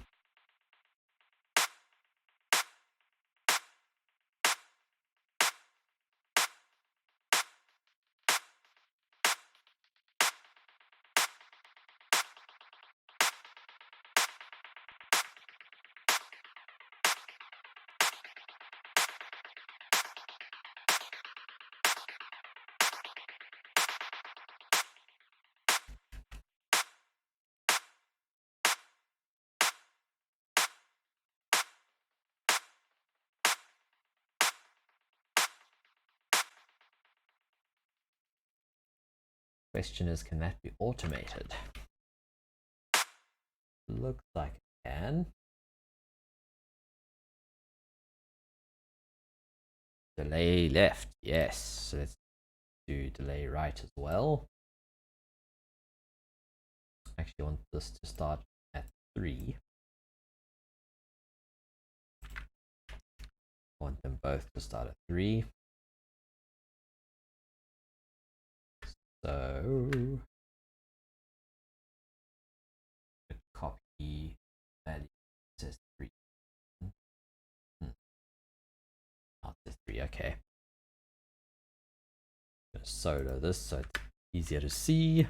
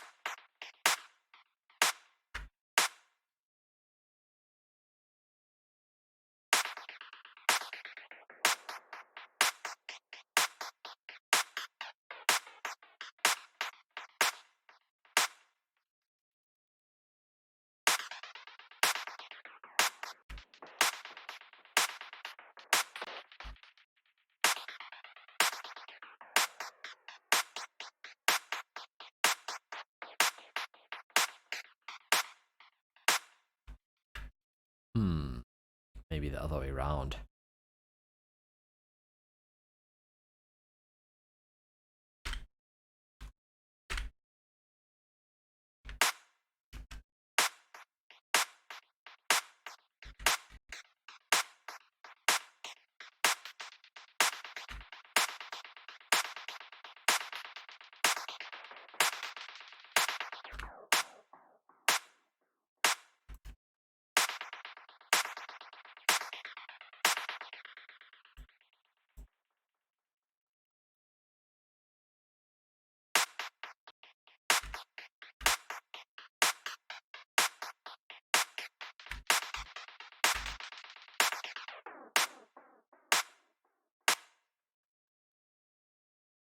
We need the feedback up, I think.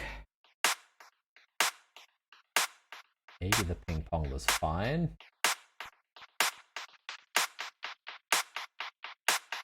As long as I can bring down the width.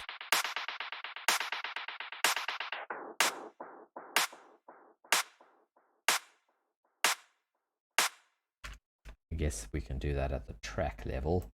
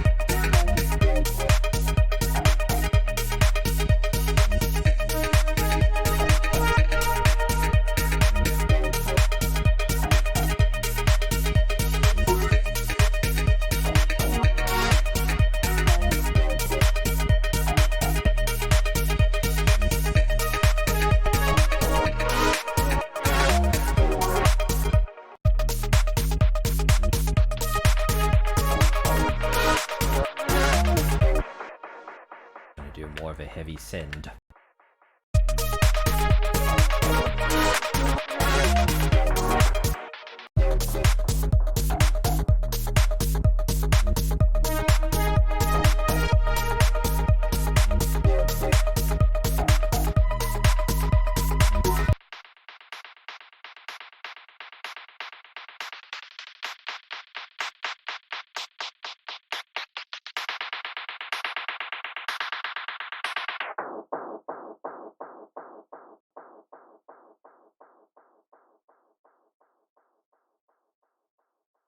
I thought this thing had drive. Oh, there we are. Input drive.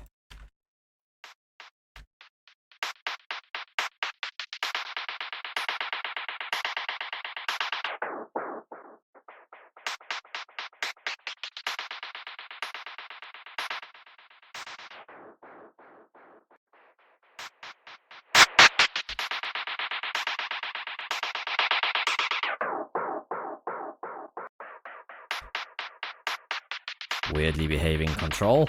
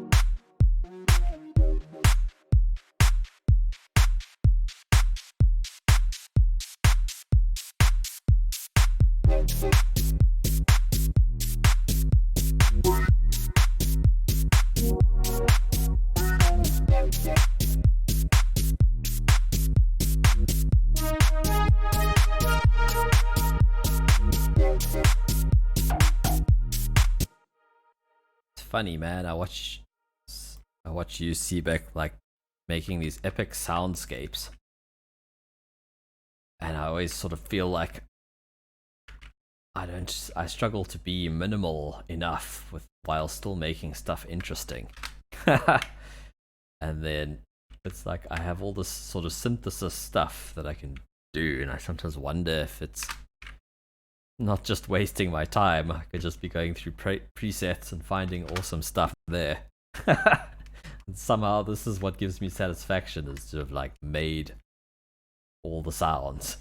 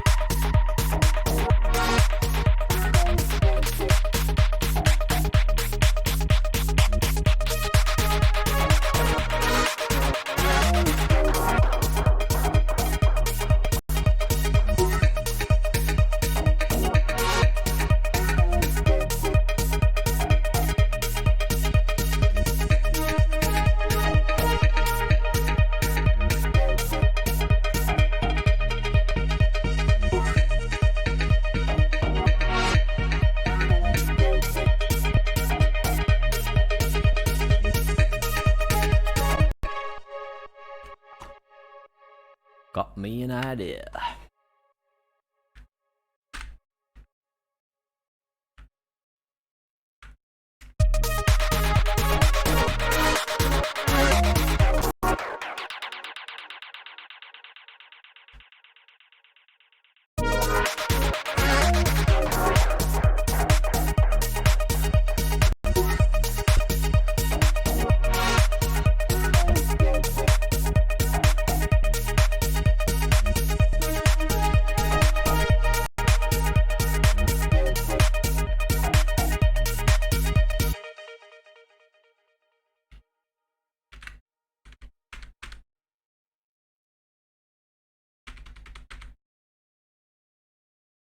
Oops, this guy will stay where it was.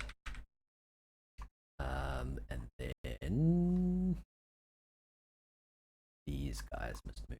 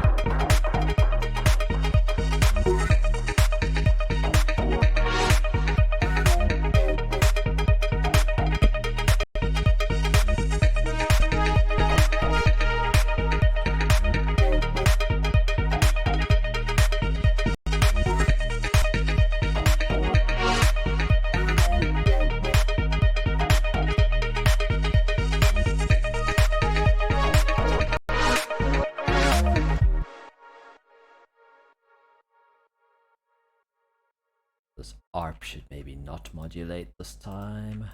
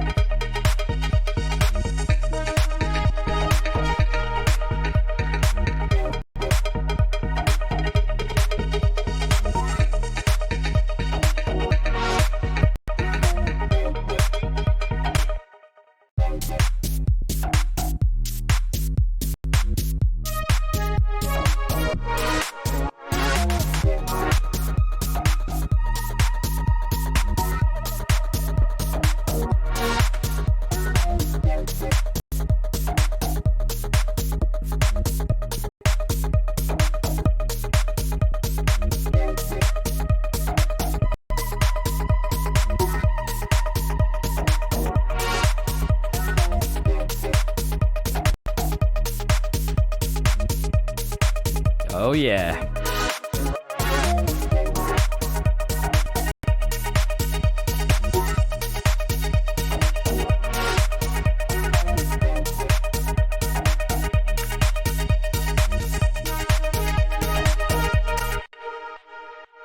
So here was my snare. I had 2 layers. Kind of a little sweep with this pitch bend.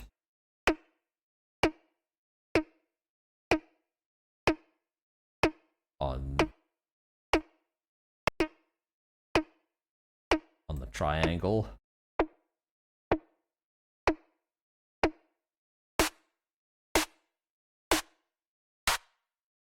And then this was a noise layer, which I considered widening like that.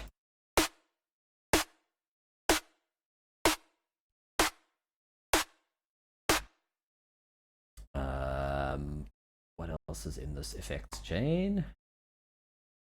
Oh, just a tube thing.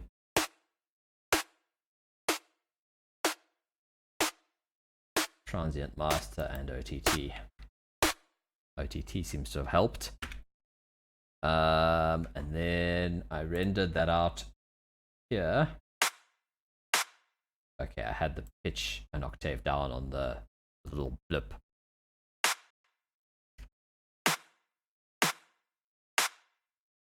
And that's now basically a clap. Kick drum. Sounded like this. So I had a like beatery sound. The problem with Synth1 was that you can hear each note slightly different because it doesn't reset the oscillators per note. That's again oscillator B is the one that has this pitch. OSC2 just means pitch bend for the second oscillator on this modulation envelope. So I had that. I think I used the filter as well. So if I turn down the amount, just helping give a little bit of transient. But then I thought let's try the noise as well. So I selected this noise source, and then I turned, it was the same patch, just duplicated. Sounded like that with the sustain up, so I turned the sustain down and the decay to taste.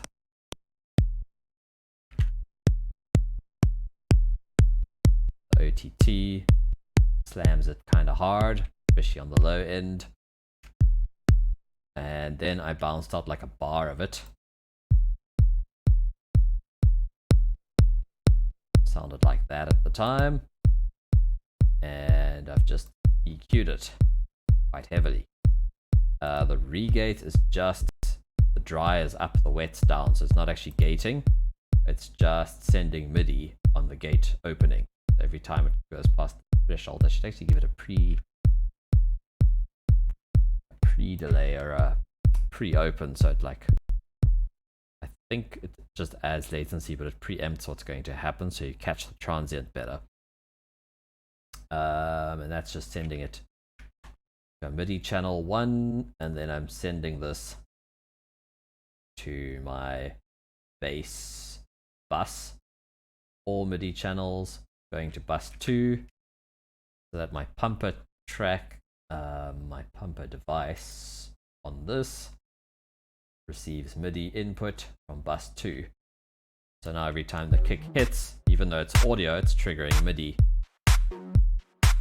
causing my bass to pulse, but only when the kick plays. So it's not a ghost sidechain this time.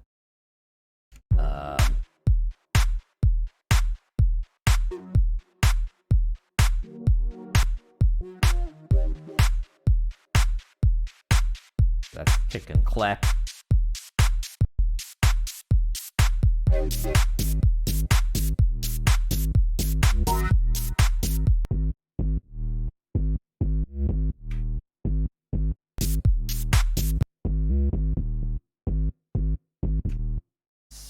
So this is 2 layers. This is sort of the sub layer.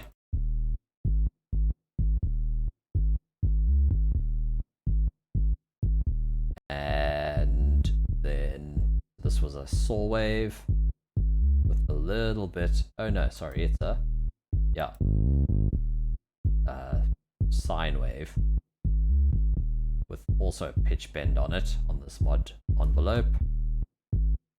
And then I duplicated it up here. So there's a high pass before this, so this is like my top. I just added that, which took away some bass, so that's why I made it a separate layer.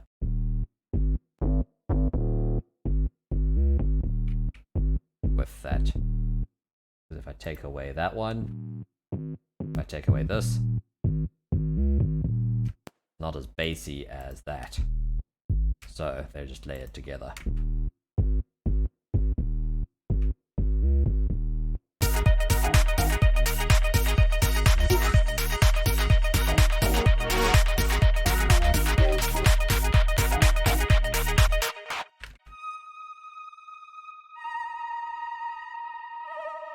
This was the only preset I've used. It was a modified though, this Love Piano.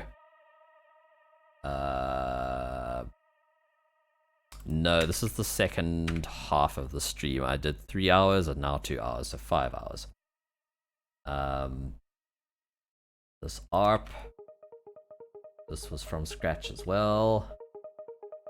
Was like a sine wave, and then I think I've got FM, yeah, FM modulation on oscillator A from oscillator B. Then there's this distortion effect,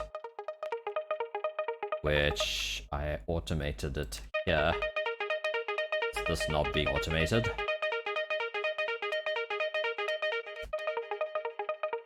Just adding drive basically for that ARP.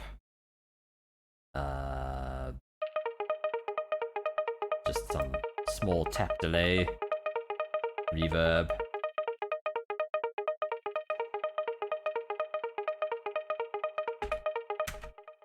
It was one of those days. I mean, I stopped for lunch and played with the dogs, but I was enjoying it, so I thought I would come back to it, and figured it was a nice thing to archive on YouTube.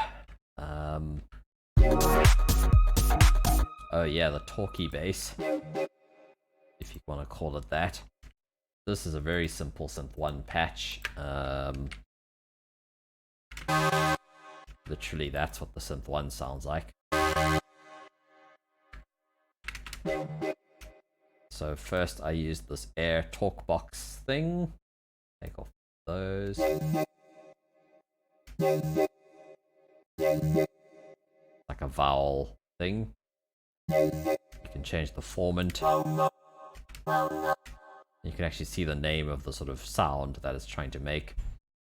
And I automated that, so over here, no, over here, like goes U or something.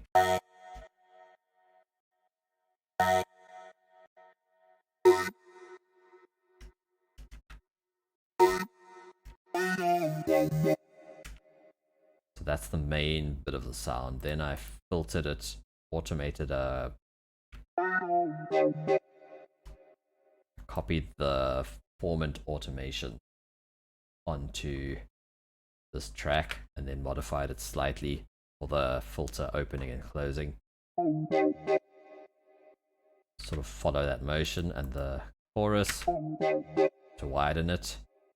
I wanted a bit of fuzz, but I've dialed back the mix so it's not completely fuzzy.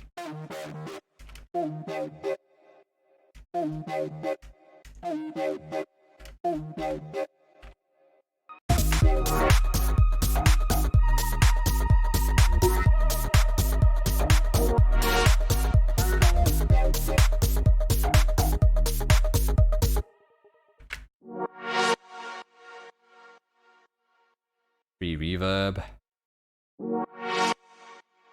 Okay, it's also going to my reverb send, I think, which is the air verb. This has got lots of unison on it. Sort of a saw. Oh wow, it's still got the old skin. My previous red.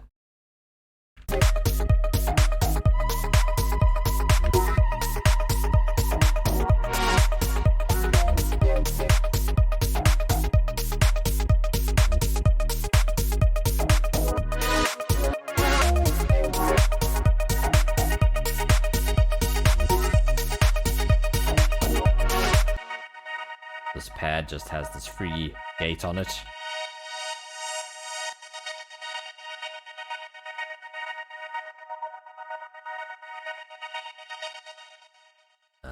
This was a variation on the previous patch, this one preset that I used.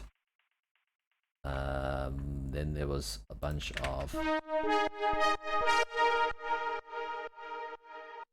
okay.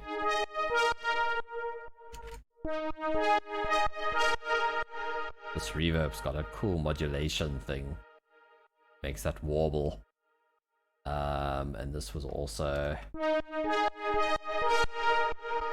modification of this brass string patch, I guess. What did I do with this ring modulation? Interesting.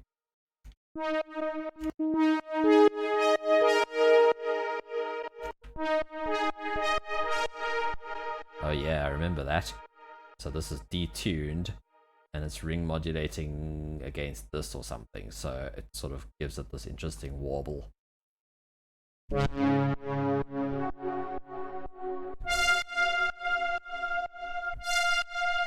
Without the effects.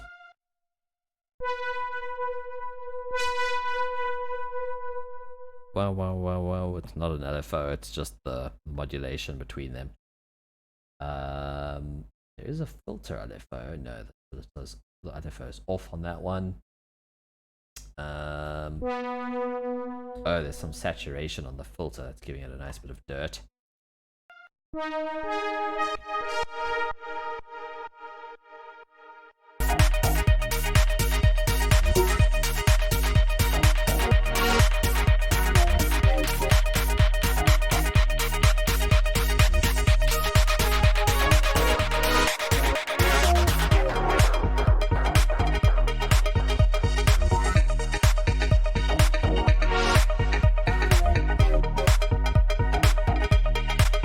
Let's dissect this cowbell.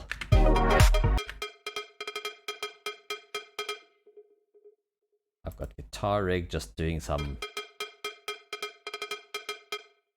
like background modulation, although I did bring it in louder over time. Wow, the reverb does a lot. So this was the filter opens when I hit harder, according to this velocity button. The ring mod adds a bit of character to it.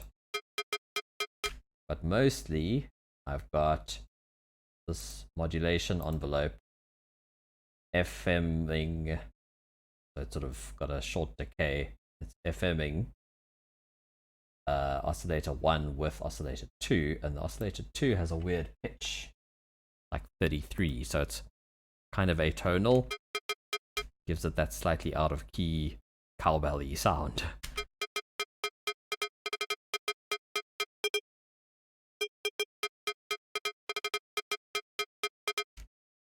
But yeah, this reverb seems to be doing a bunch. And the tube gives it a little bit of distortion.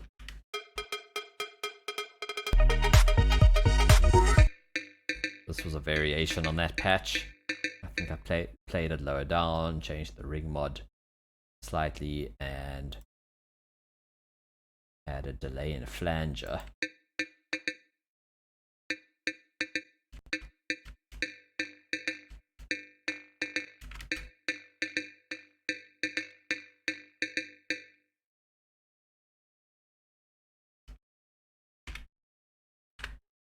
This one was also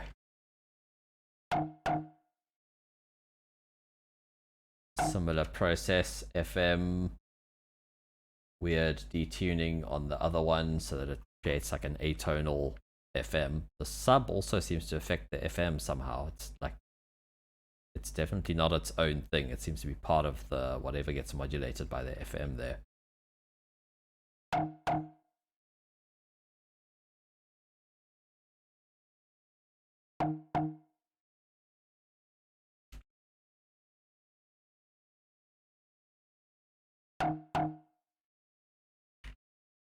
No, there's FM amount there, right? Oh, and a big part of this one was the talk box again.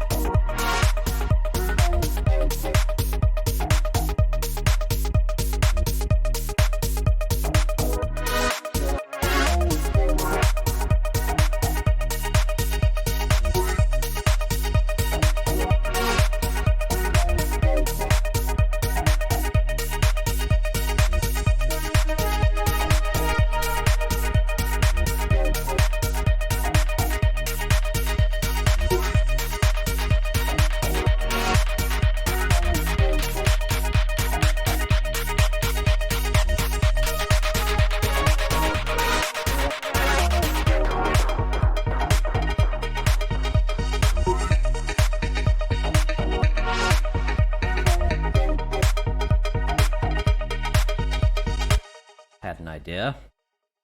I'm going to copy this clap to a new track. Oops. And I'm going to use it as an impact. Could also use the kick as my snap on. Yes.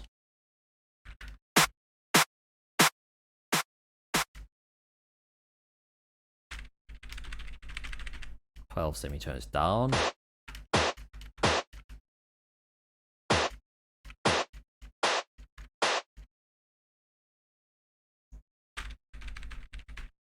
Another 12. Interesting. Slap on some reverb. Use a free one, because why not?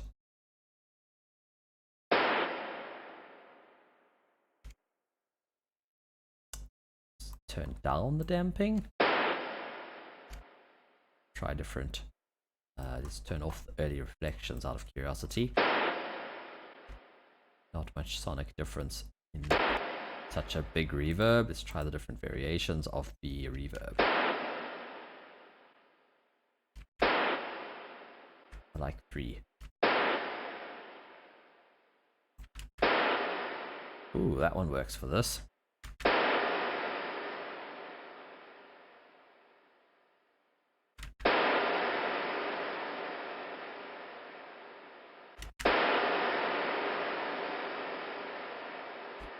Let's take away the dry. So we've got early reflections. That's what ER stands for, which is this first thing. Then we've got the reverb, and then we've got the wet, which is overall how loud it is. I'm going to take down, here's the dry. By the way, this plugin has 2 different skins. If you click on a blank space near the presets, you can actually change it. This is the second skin. Seebeck showed me that. I would never have known. Now I can probably hear the early reflections.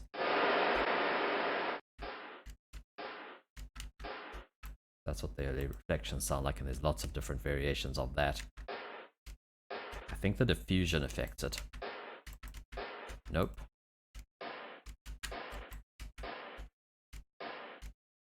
I don't think the size does either. Oh, it does. You pug, you knob, you buttonhead.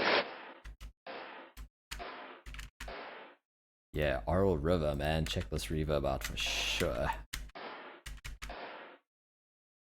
Cheers for the follow, whoever that was. It's been a busy evening. Oops, did my...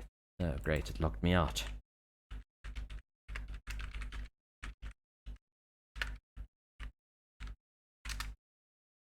Oh, come on.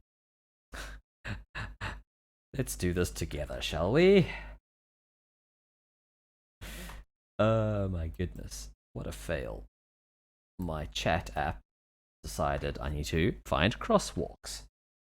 Midstream. Nice work, guys. Wait, what am I doing? That's a crosswalk. That's a crosswalk.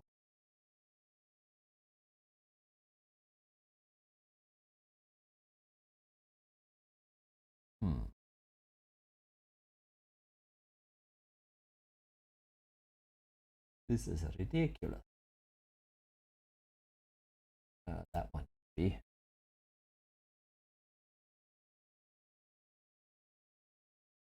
I'm visually impaired, you guys. You know how small this is? Silly way to authenticate. Midstream, no less. Jeez, I don't see a crosswalk. Sidewalk, not a crosswalk, right? No. Oh, I could have clicked verify. Of course.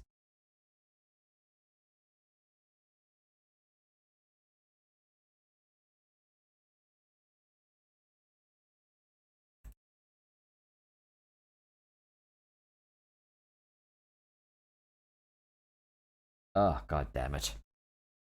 Oh, yay, we're back. That is unbelievable.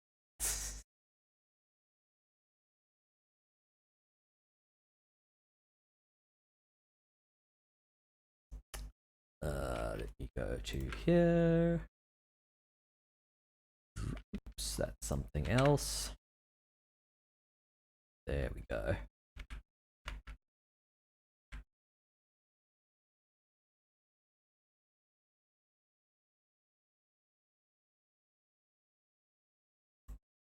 All as possible.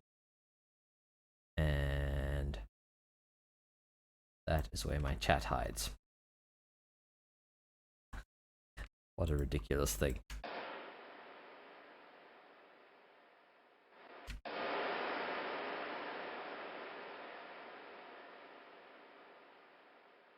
You can do quite a bit of sculpting with this thing as well.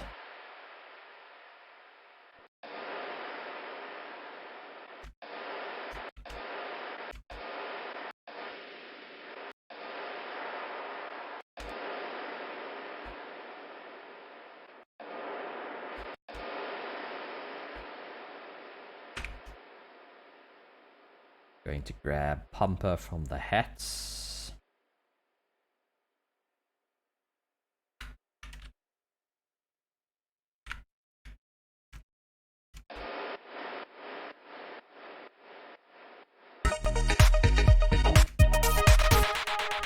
I think I saw this air bundle is on sale again, like $15 or something, maybe $20.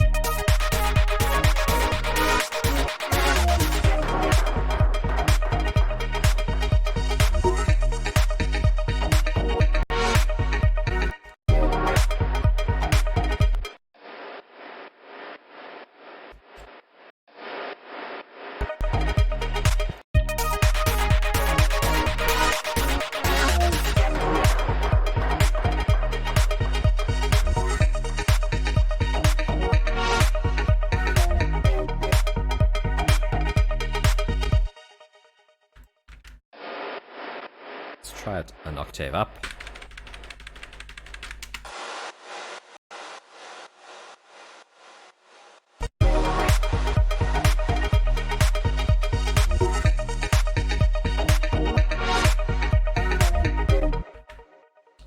What I'm going to do is render this clap minus the pumper.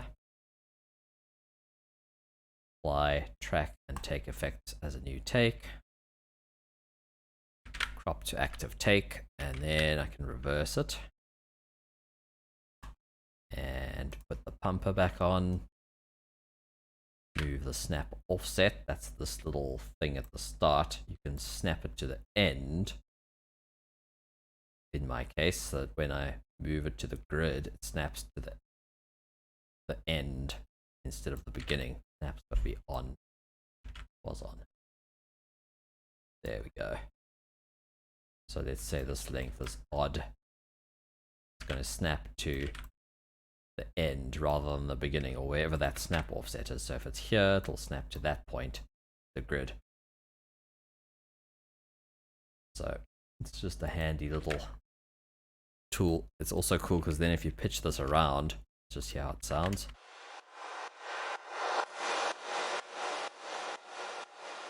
Let's say we pitch it down. You can see it's going out that way because the snap offset's over here. So it's keeping it relative to the grid line.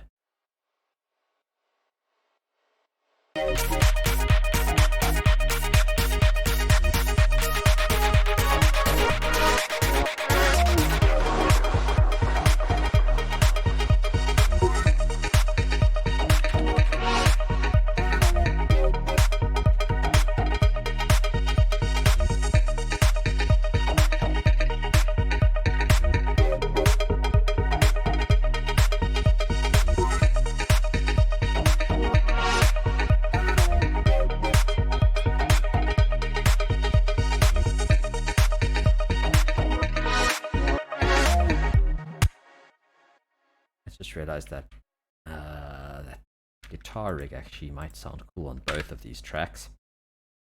Putting them into a folder. Copy, including automation.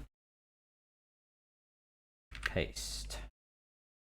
So now I can delete it from this one, and it's on both.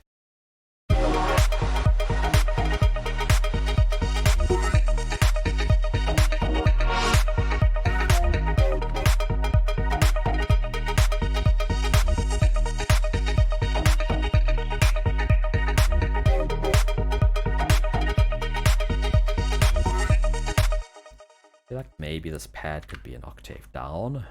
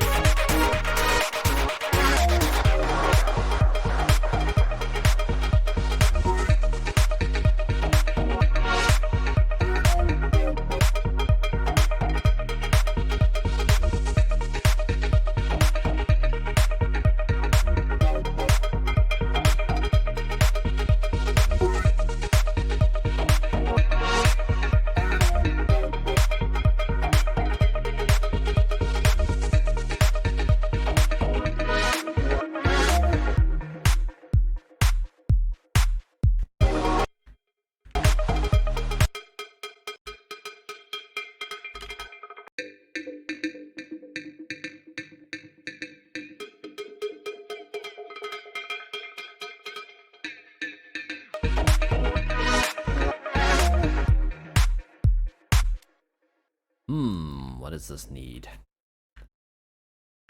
At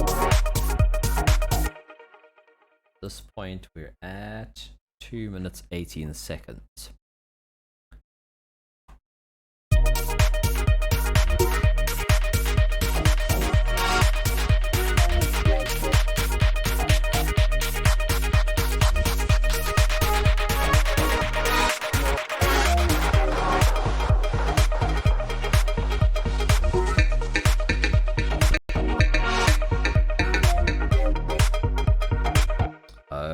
Compensated for the volume here, so now it should be on the group.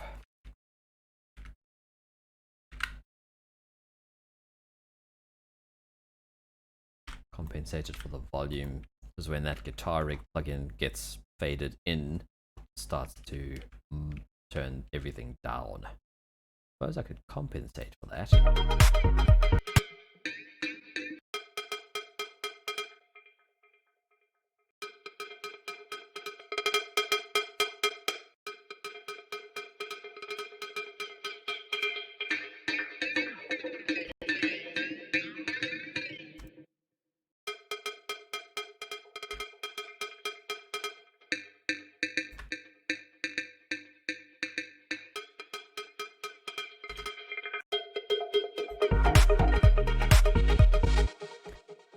Welcome, Raul. Thank you.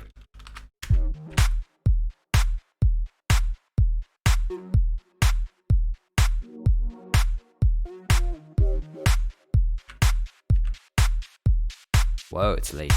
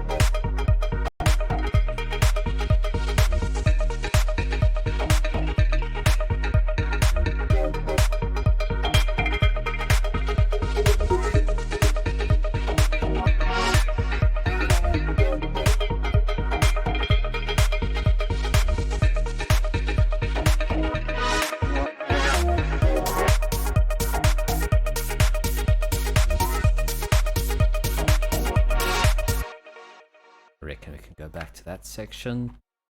What I will do is take this impact. Maybe the reverse as well.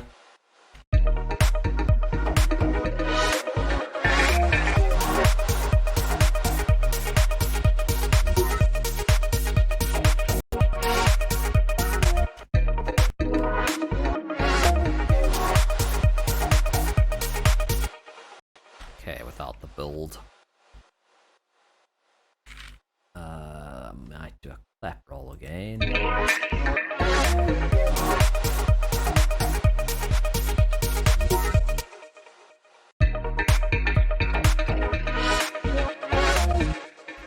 Maybe one can go to the delay.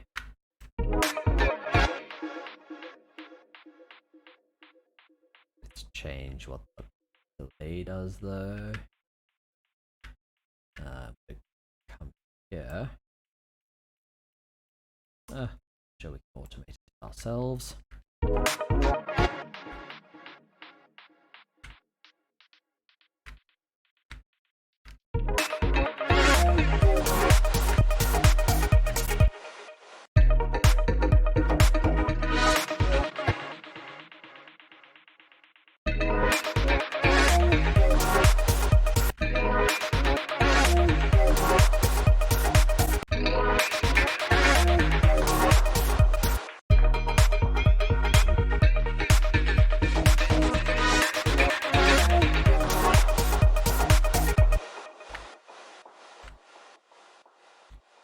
Let's do something with this. Turning snap off, duplicating like a little segment.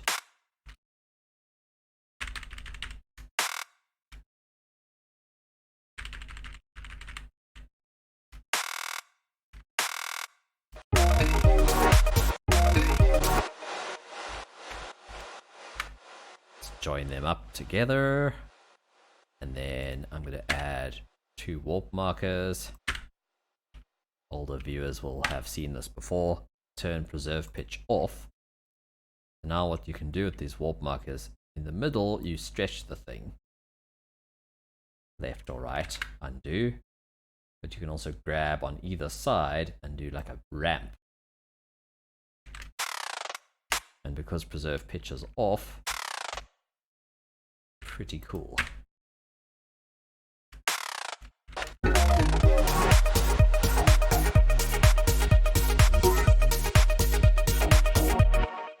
Thanks, dude.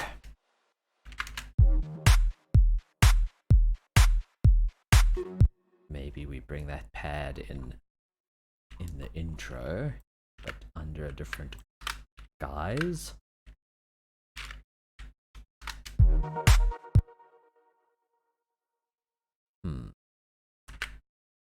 Duplicating onto a new track.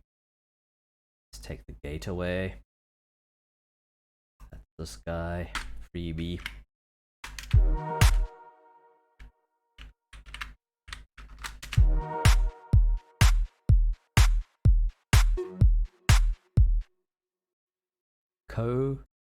Odin 2. No, I'm not familiar with Odin 2. Is that a plugin as well?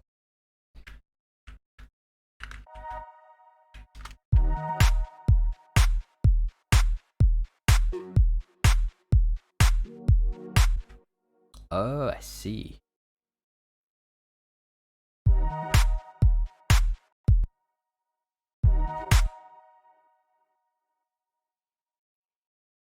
Lower attack.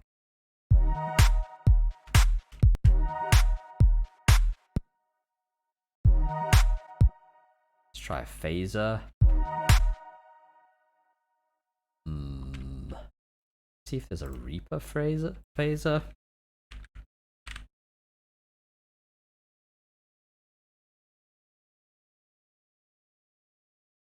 There's a Melder phaser.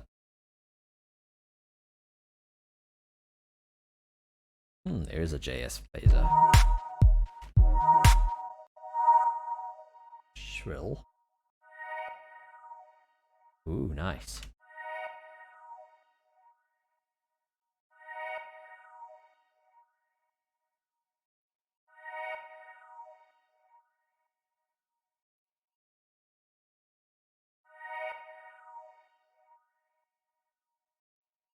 It's like flex pitch. I assume he means kind of like what I was doing with that clap, where you can pitch stuff around, pitch stuff up or down or stretch it.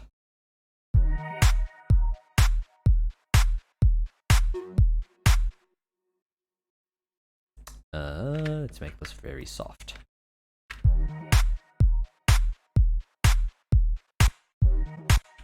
It's on its own track. Oh, there's a range minimum.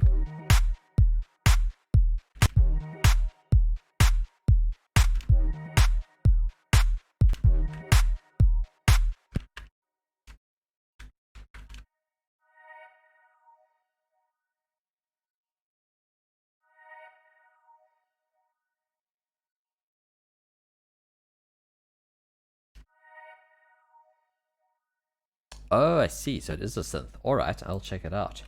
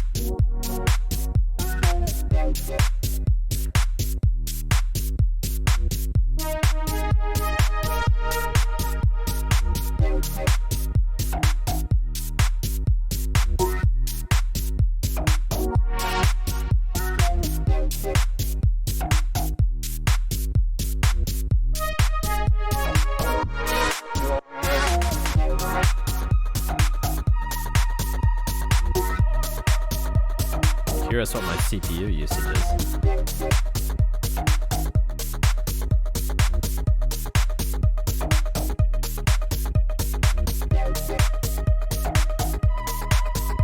Ah, awesome. That is the thing with using a classic synth. That is so low, my word.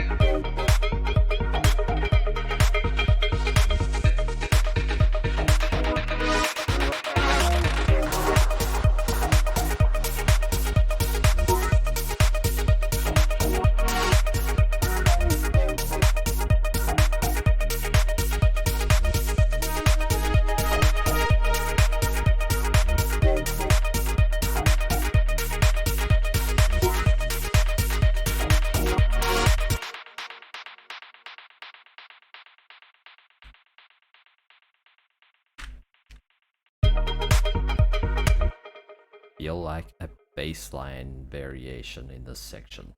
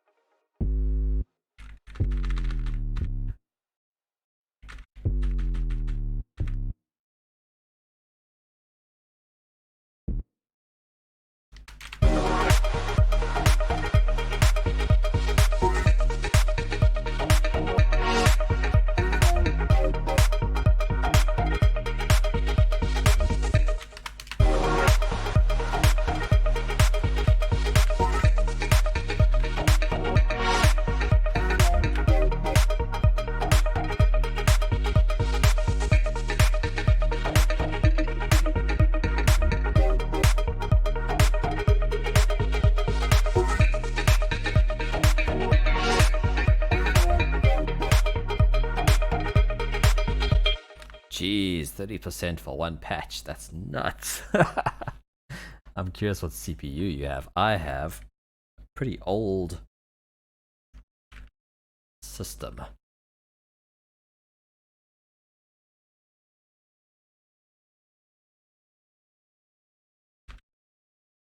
Is it that one? Aha.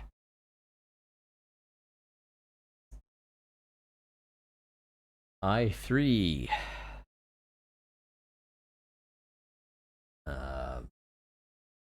Yeah, 2 cores, and it is somehow able to stream. I've got an old, like 2008 ATI graphics card.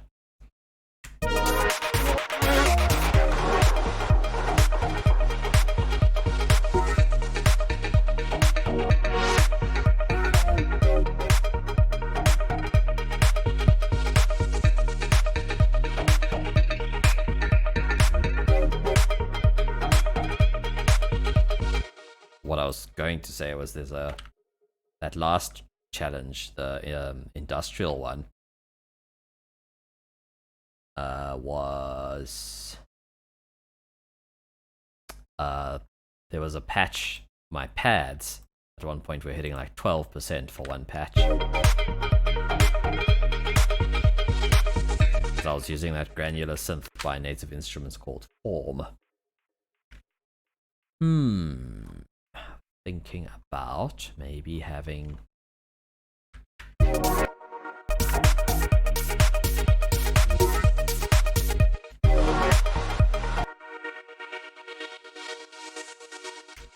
the mix knob dialed back during this breakdowny section.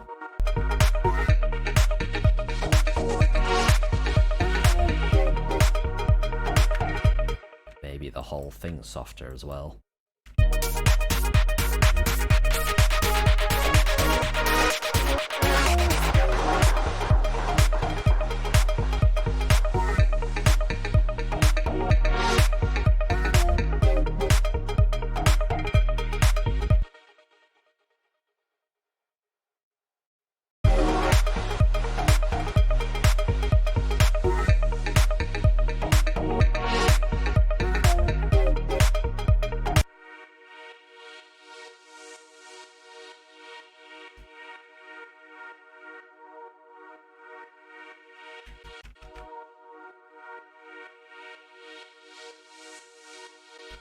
Changing the amount of that filter sweep is happening.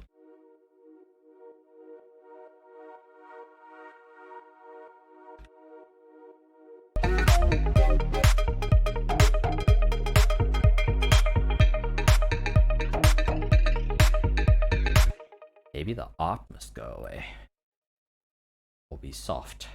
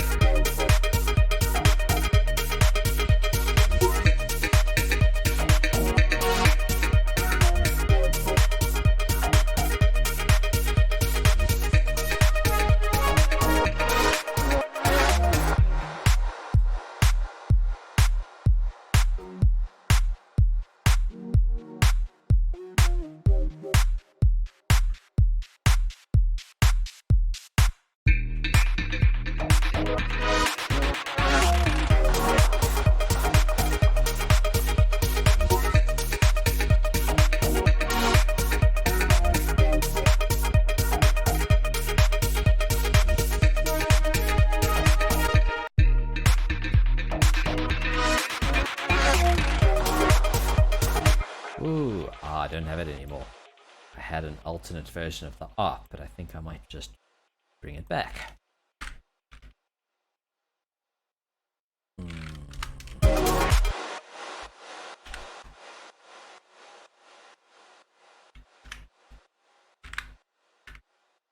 Nope. It's like that.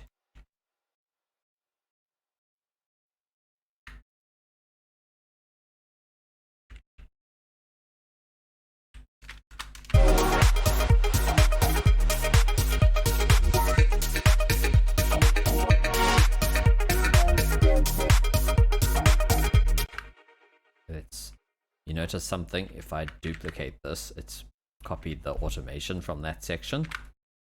This little button up here turns that off. I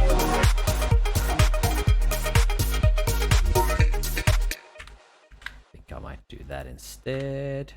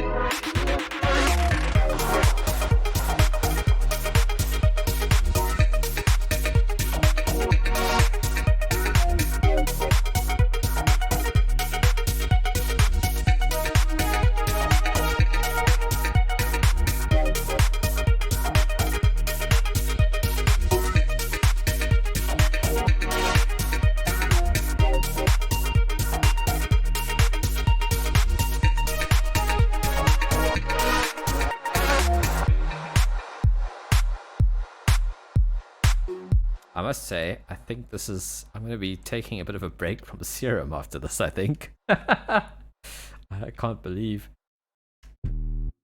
I think I only figured out after getting serum how you could do unison. Yeah. Or I guess it brought unison to my attention. Obviously it was always there and it was easy to use. I just hadn't really realized the potential until I used serum.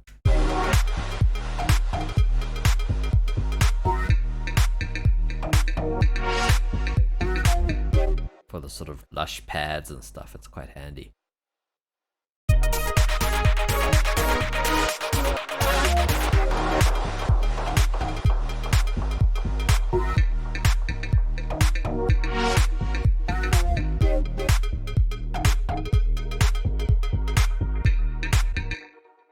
think for this section I'm also going to strip down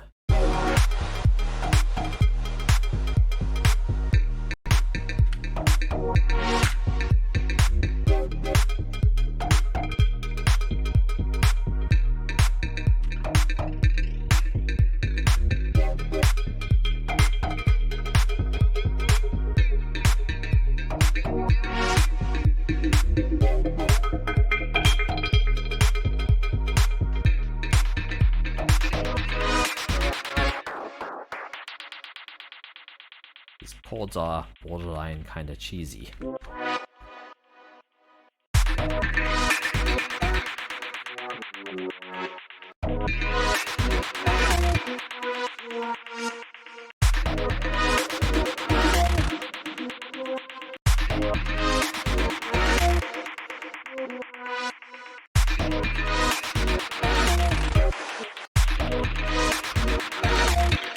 I mean, they kind of are cheesy. I'll admit that.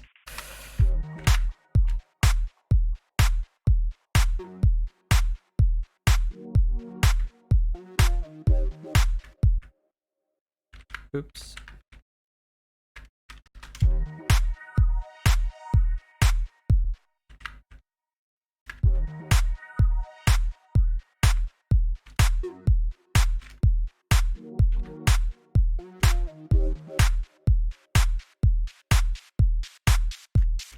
Also, we should take away the distortion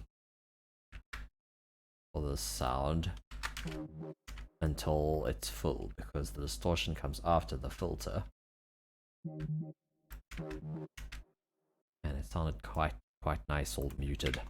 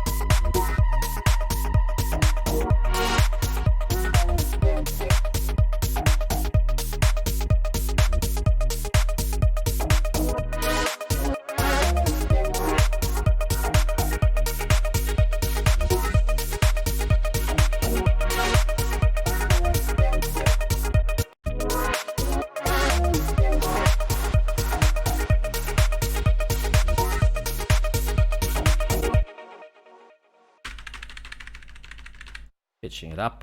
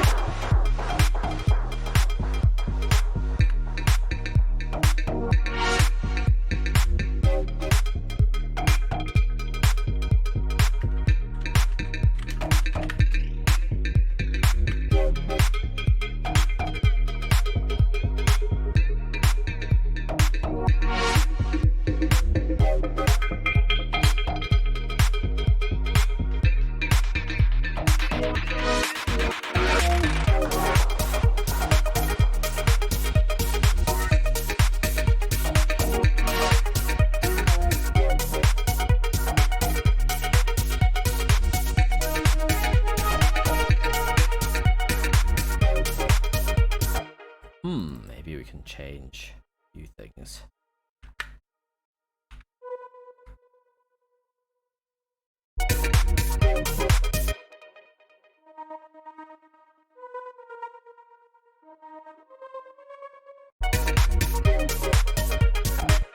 Oops.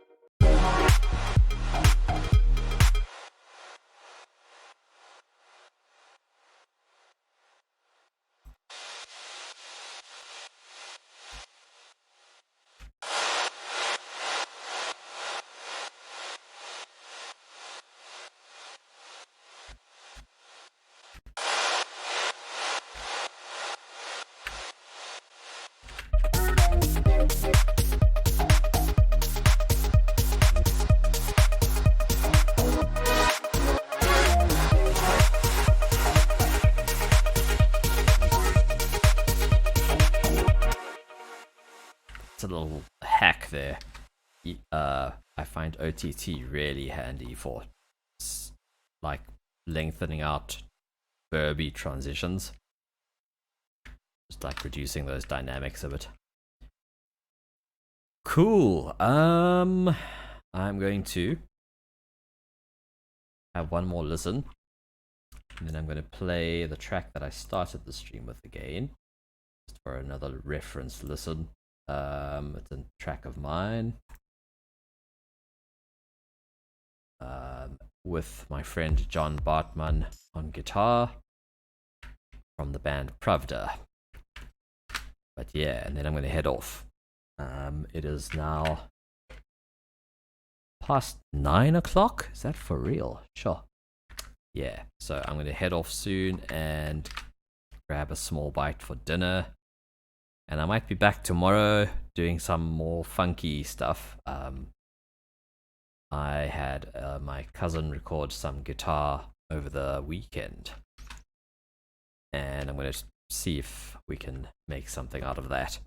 So yeah, man, thanks for tuning in, everybody.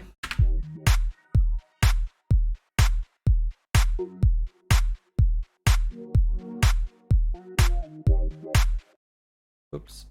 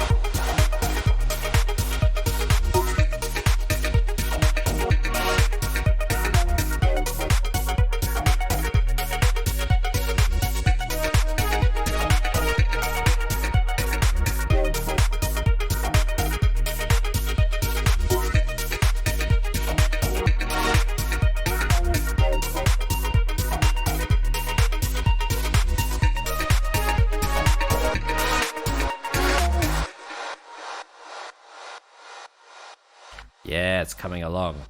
I might change the reverb on that transition effect just because it sounds kind of metallic. I think the air verb would be better for those transitions.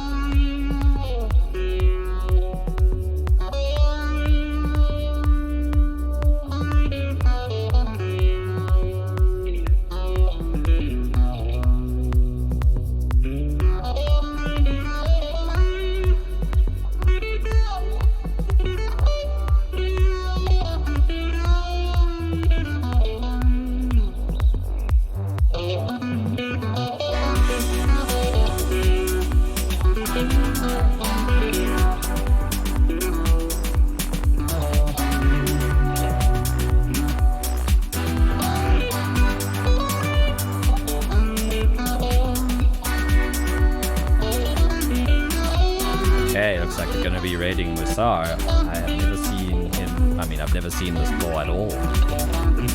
Except at NAMM, was it? One of the trade shows they were showing it off. I will be raiding Musar after this track.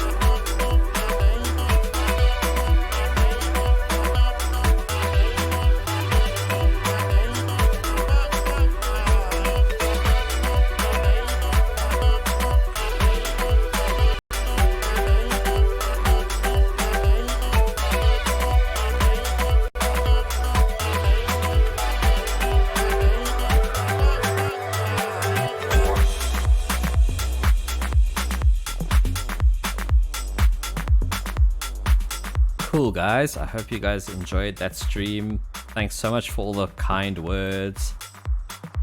It's really fun making music, not just isolated. That's exactly what this is, like non-isolated music production, which is nice even when you're not locked down. Yeah, be nice to Musar. He is a cool dude. He doesn't he does all sorts of streams. He does music theory streams. He does music production in Ableton streams. He's very knowledgeable and a cool dude. He also sometimes does challenges. And then on Friday, I believe, he does feedback. So for sure, check him out. I'm going to post a link for the YouTube dudes. And yeah, man, have a great evening. Where's my raid button gone? Has it expired? Yes, so. Raid.